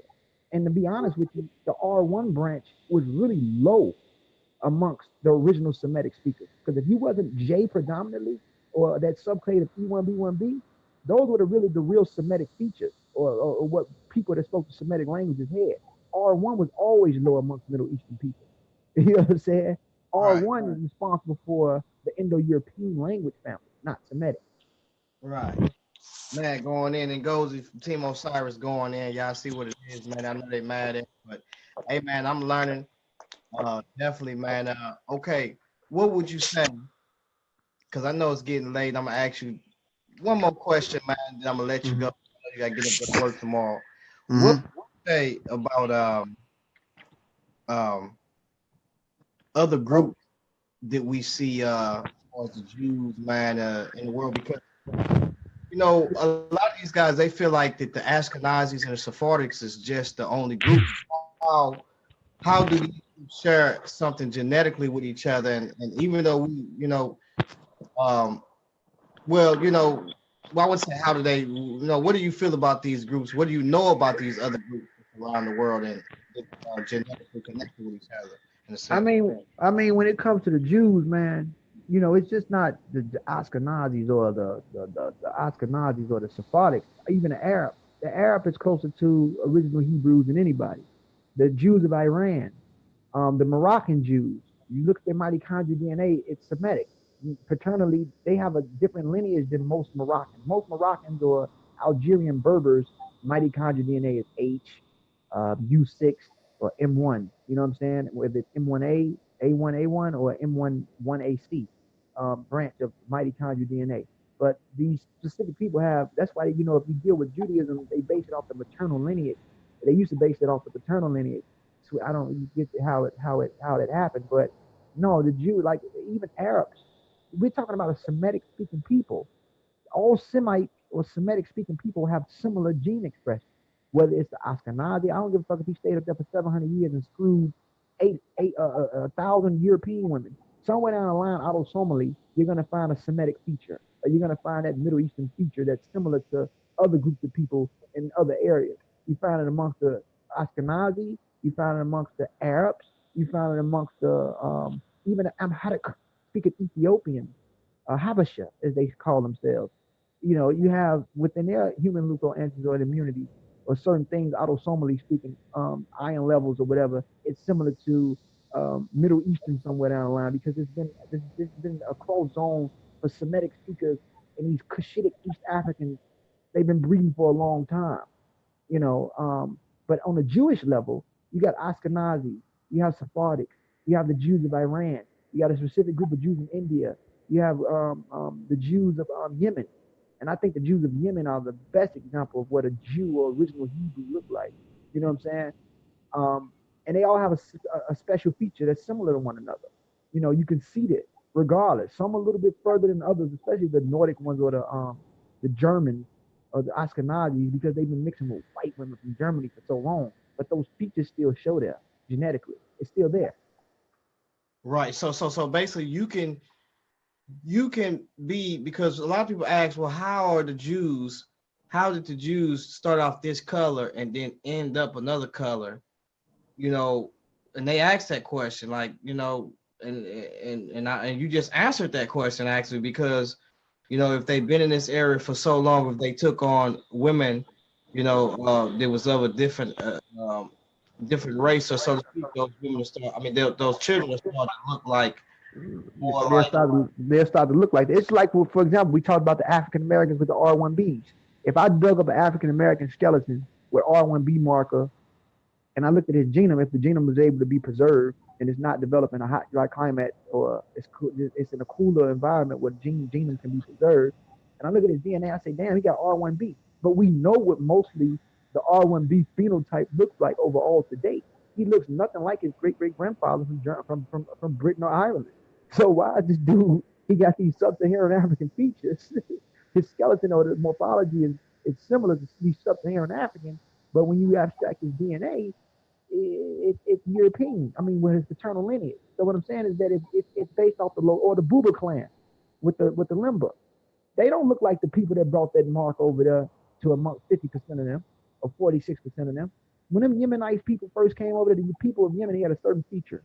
You know, they look like the people that you see over there. But now, due to them mixing with those black women, they've been over there, I think, for 2,300 years. They will look like a Bantu speaker today. Their language family is even Bantu. You feel what I'm saying? So, you know, this is what happens when you're around different groups of people. But the people that stayed in the Near East and in the Middle East, they were still able to retain their features because they kept breeding with the same genes that was there since the beginning. Right. So when you go into Yemen and look at the Yemenese Jews, they are an example of what a Semitic person looked like, or the southern, the Socotra Island, the Arabs of Socotra Island. They are an example of what a Semitic person looked like. The southern Semitic languages are way older than the northern Semitic languages because the northern Semitic languages have been filtered.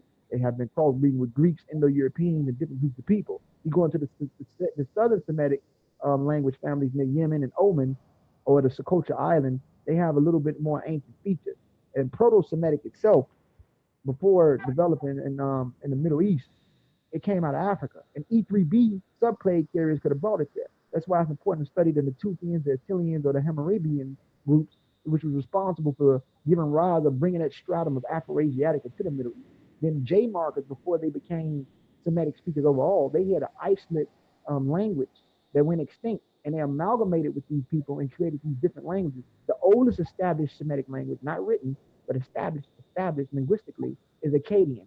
And then you get Ugaritic.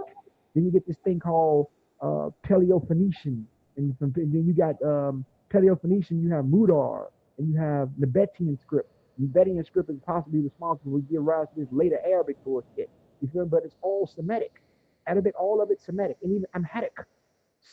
Migrants from the Near East migrated back into Ethiopia because the Ethiopian Cushites and the people of Yemen had a trade route going before Aksum and Damat.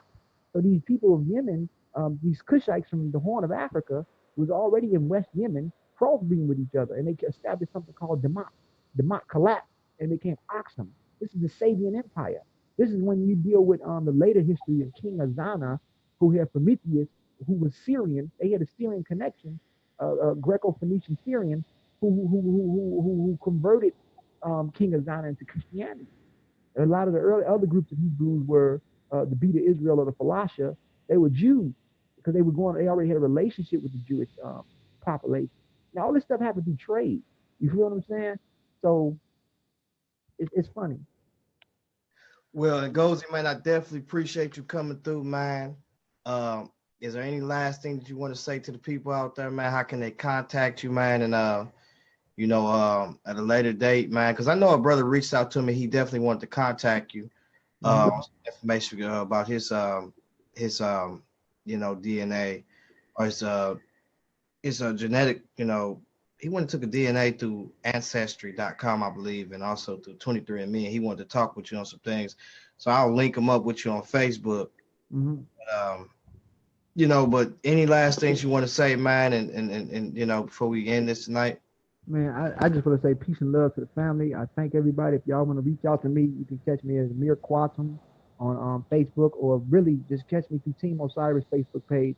Team Osiris, you can go through Team Osiris and everything. If you want to ever talk or communicate with me, just go through Team Osiris through our YouTube channel and through the Facebook page. And we also have a website. Just type of Team Osiris, you'll see it all there. And I thank you, brother, for allowing me to have the opportunity to build, man, because this information has to be put out there. It's not to go against people's faith, because I have a belief in the Most High as well. It's just to give people an understanding of how things really work. And you don't have to feel that because you don't so-called possibly play a role in the way that you want to play a role in these texts, that you don't have to be connected to it. The faith is not about that, or any faith is not about that. The faith is not about genes and biology and science. This is a belief that you use because you relate to it mentally, and it helps structure your life and guide you in a specific direction. And we need to cut it out. You can still be a Hebrew. You can still be that. If your mentality is of a Hebrew, or whatever you want to call yourself, if your mentality is that, that's fine. But when it comes to science, you have to be truthful about things. The mentality is what's really important. And that mentality, if you use that to help you build your character, instruct you, and help you feel a certain way, it's fine. Again, there is no so-called Jewish lineage to conversion. There are plenty of people that practice Judaism or even Islam. Islam teaches you, if you speak Arabic, you're Arab. That doesn't mean that you are the original people that created the core sentiment of the Arab language. You feel what I'm saying? So we got to get out of that, man. So I just thank you for allowing me to have the opportunity to talk, to communicate with the people. And I'm hoping, they enjoyed this demonstration.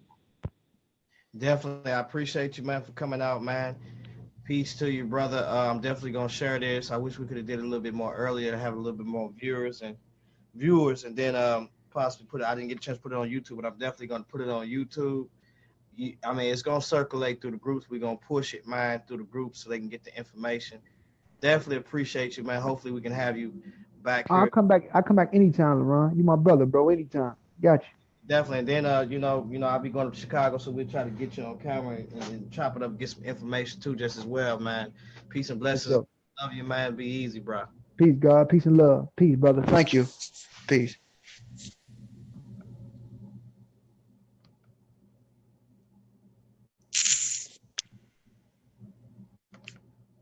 All right, cool. So as y'all can see, we had the brother Ngozi come through.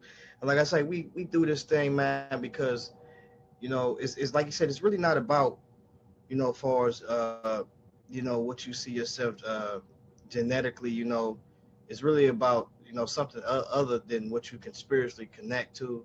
And that's really important. We only doing this, because if you want to go the scientific route, we can do that. But for the most part, I know, and as that brother know, that that's not really what it's about. You know what I'm saying? Like, if a person wants to convert to that belief, and then that's what they is. You know what I'm saying? And the scriptures even say that. It says that what it says about a person that is spiritual, and they worship God spiritually, what they are to God. You know what I'm saying? And Jews, many years genetically connected with Christ and stuff like that. But in reality, he says that, you are of your father, the devil. And this is a spiritual mindset that he was really looking at. You know what I'm saying? And so when we start dealing with what that brother was dealing with tonight, he said it, basically, it's not so much genetically that makes you these people, because that wouldn't even matter for real. That plays a role, but for the most part, it's really more important than that. And Christ even established and showed that, when he said that, look, you're not getting in because you're this blood, because you're blood. You know what I'm saying? You're getting in because you have to be born again, born of the Spirit. And he said that to Nicodemus. You know what I'm saying? So I think for the most part, a lot of people, they get mad and they say, well, Ngozi, you know what I'm saying? He deals with something that's entirely different. But to be honest, the brother, man, he deals with the information, even though he's Muslim, and he deals with the science. I think that we need to get off into the science to understand certain things and natural phenomena that help to explain even, the very Godhead. The Bible says, it talks about in the Bible, in Romans, it says that it says the things that are seen are seen, or the things that are seen explain the things that are unseen. So as we look at the natural things in the world, it helps us to understand the things that are unseen. And most people might take that and run with it and say, well, we can look at the natural things and try to explain the intelligent designers, or to explain the Godhead away, or the eternal power away. But, and that's been done. But for the most part, we can also see that, this is Christ. This is the word, being manifested in the flesh, showing us, that everything that is in the material world traces back to this intelligent being, and some people, they don't relate to it as being, the God of the Bible as we look at it, what I'm saying, but they take it in another way. And we believe that it is the God of the Bible, what I'm saying. And we believe in what we see, that God was manifested in the flesh and came to, die for our sins, basically, and to restore man back to his original dominion, which he had, and to establish man that he may rule in harmony with God, and also be indwelled with the Spirit of God, and that God may be all in all. So that's what we're dealing with. But man, I appreciate that brother coming on. I'm gonna go back and listen to some of these things, because we was just dealing with, basically, arguing and discussing with these brothers about, haplogroups, but he took it on a whole nother level and really got to talking about, far as like, dealing with, what is it, what people are tolerable to, far as when it comes to lactose tolerant and, different things of that manner, that, other groups could not, really, they couldn't really digest some of these things without, causing problems. And so he brought out a lot of those things, that dealt with those things. And I'm gonna go back and listen to that, because that's very important that we do, because it's when you start dealing with mutations and dealing with genetics and stuff like that, he took it on a whole nother level, to where it's best to where, hey, look, we need to get off into a little bit deeper. Like I say, that's why I brought him in here. The brother is well, spoken, and he also, studied this stuff, and he went to school for this stuff. We got this guy here. His name is Isaac Tarver. This dude ain't got no schooling in this area, but you see that he's speaking on these things, and he has no schooling in these areas. So I decided to bring somebody in here that does have the schooling. Look at a couple of these comments, because I know people are saying certain things. So let me look at a couple of these comments. Let me get up out of here real quick. Let's see. Go back.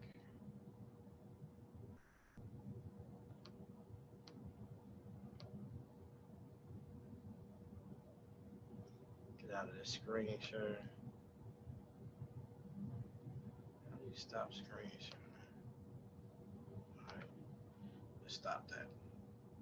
So let's look at a couple of these comments. Mic check. Mic check. Mic check. Mic check. Mic check. Mic check. Mic check. Mic check. Make sure you guys can hear me.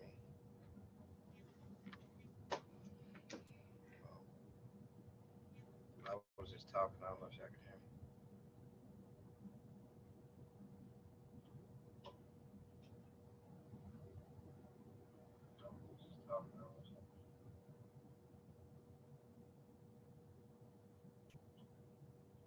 Okay.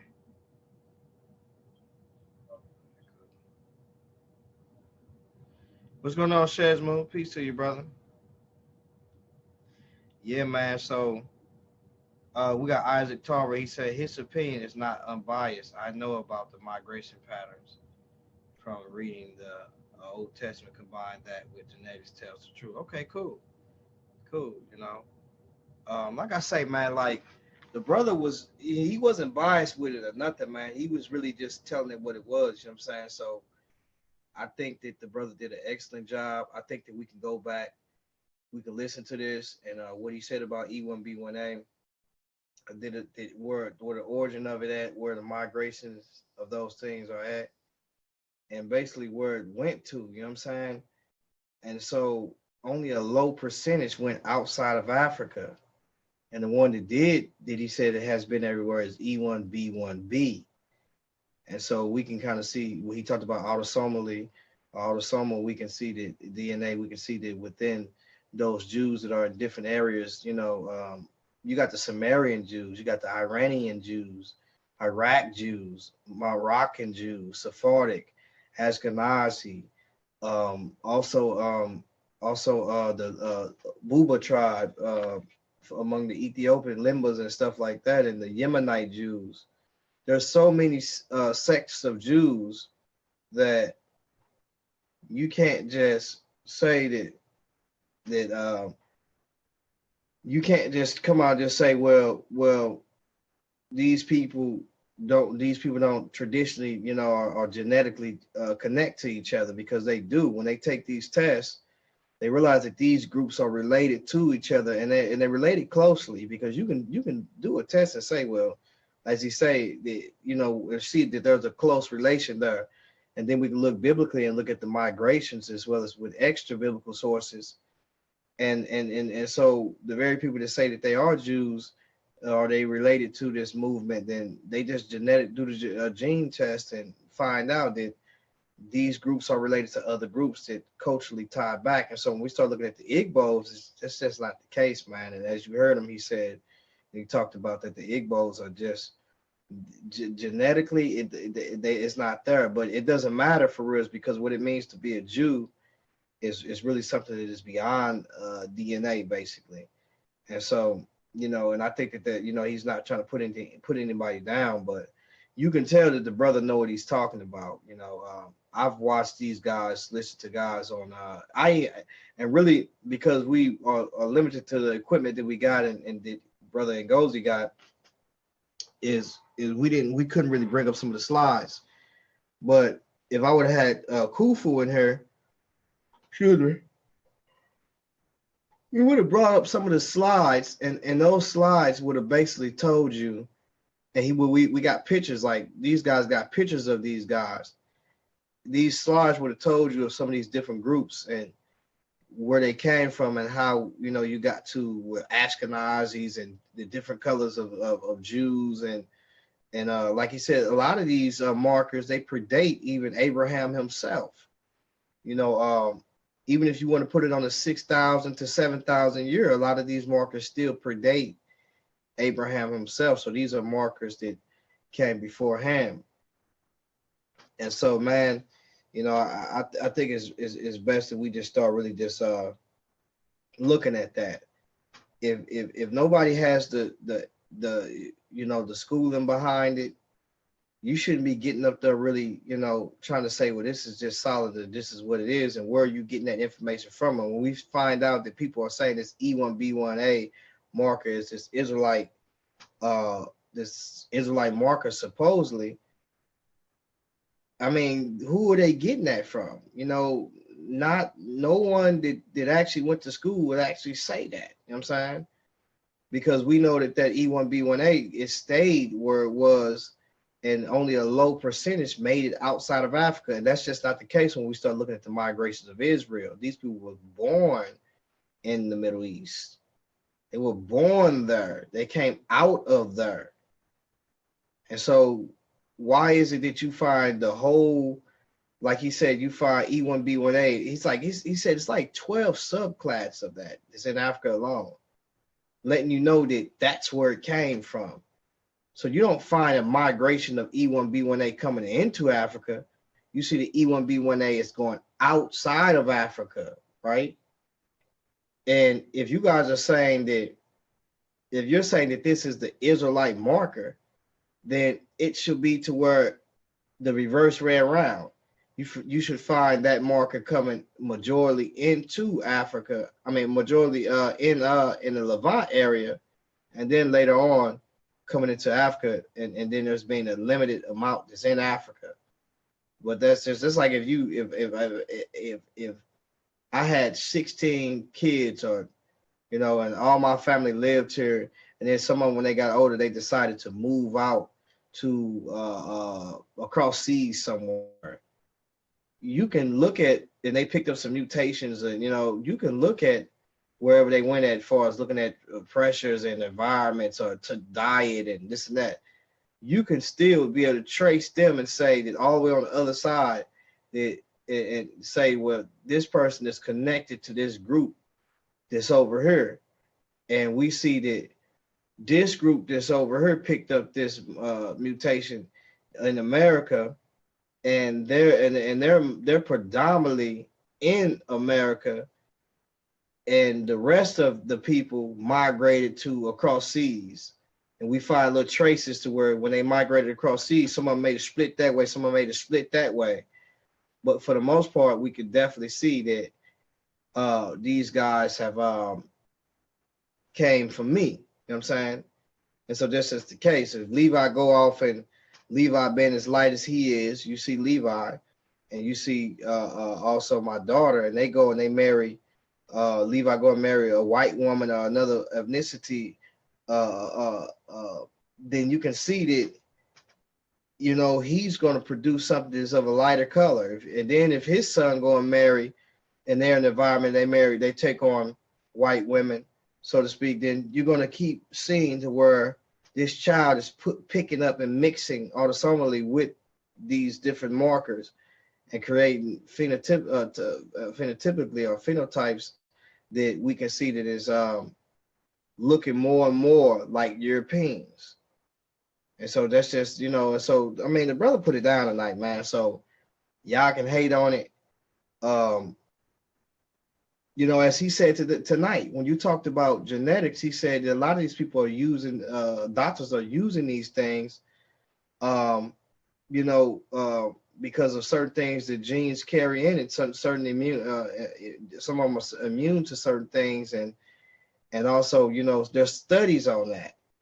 There's studies on certain things that they use to help, as far as medicines and stuff like that, when it comes to genes. And when you look at the diversities of a lot of genes, you see, you know, are really in Africa. A lot of genes that haplogroups and also subclass coming up out of those areas that you can study on and possibly create, you know, all types of vaccinations out of those genes, basically. You know, and so that's the whole thing, man. I'm tired, but at the same time, man, I appreciate the brother coming through. Shout out to the sister Raquel. Man, peace to you, Isaac, man. I just think that, brother, you taking it the wrong way. E1B1A, bro, like, you ain't gonna get it, ain't gonna do it, bro. You should have something, as he stated, you should have something, some Middle Eastern markers, bro. Like, you know, and most of those Jews got those markers, bro. Most of them got those markers, man. And so we can see that the Igbos is more so converts, man. That's just it, man. And this brother brought out a lot of information, man, really explaining a lot of those things. It's funny he talked about, you know, being lactose tolerant because, man, I'm telling you, like, he hit that on the money. That's my first time ever hearing him saying that.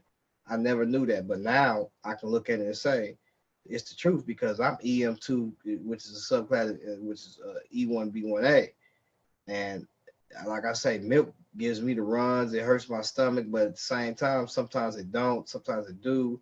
It depends, but for the majority of times, I know already it's going to give me the runs, it's going to make my stomach hurt. I love milk, you know what I'm saying? But sometimes I can't drink it because it has different, you know, it gives me consequences. I got consequences with it. Once I drink it, I better be right there by the toilet, because they run straight through me, like straight through me.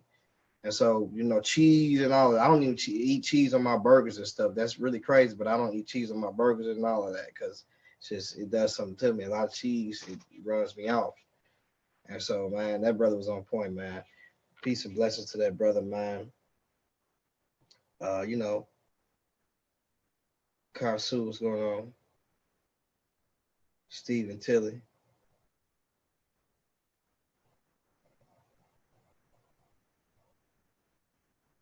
Rob, what's going on, Ben Nazar? Like I say, this brother been around for a long time. What's up, Kiefer, Ben Yazrael? Been around for a long time, man. So it ain't like people don't know what was going on, man, and what the information they're saying. But with that being said, man, peace. Make sure y'all subscribe. We're gonna be doing some things probably in the future. Pulling out the charts, man, scan charts, migration patterns, and you know, once we learn how to work this a little bit better. So with that being said, man, make sure y'all share this, pass it around, so we can get the views up on it, so people can look at it. And also, I'm gonna post on my YouTube page as well. Go there, subscribe to G Consciousness. Consciousness is spelled with a K. Make sure y'all subscribe. Make sure y'all also come here and hit that indication button. You know what I'm saying? That way, you guys, that follow button. That way, when I go live, you guys can go ahead and just, you know, watch, tune in, you know what I'm saying, and know when I'm going live. So with that being said, I'm tired. Peace.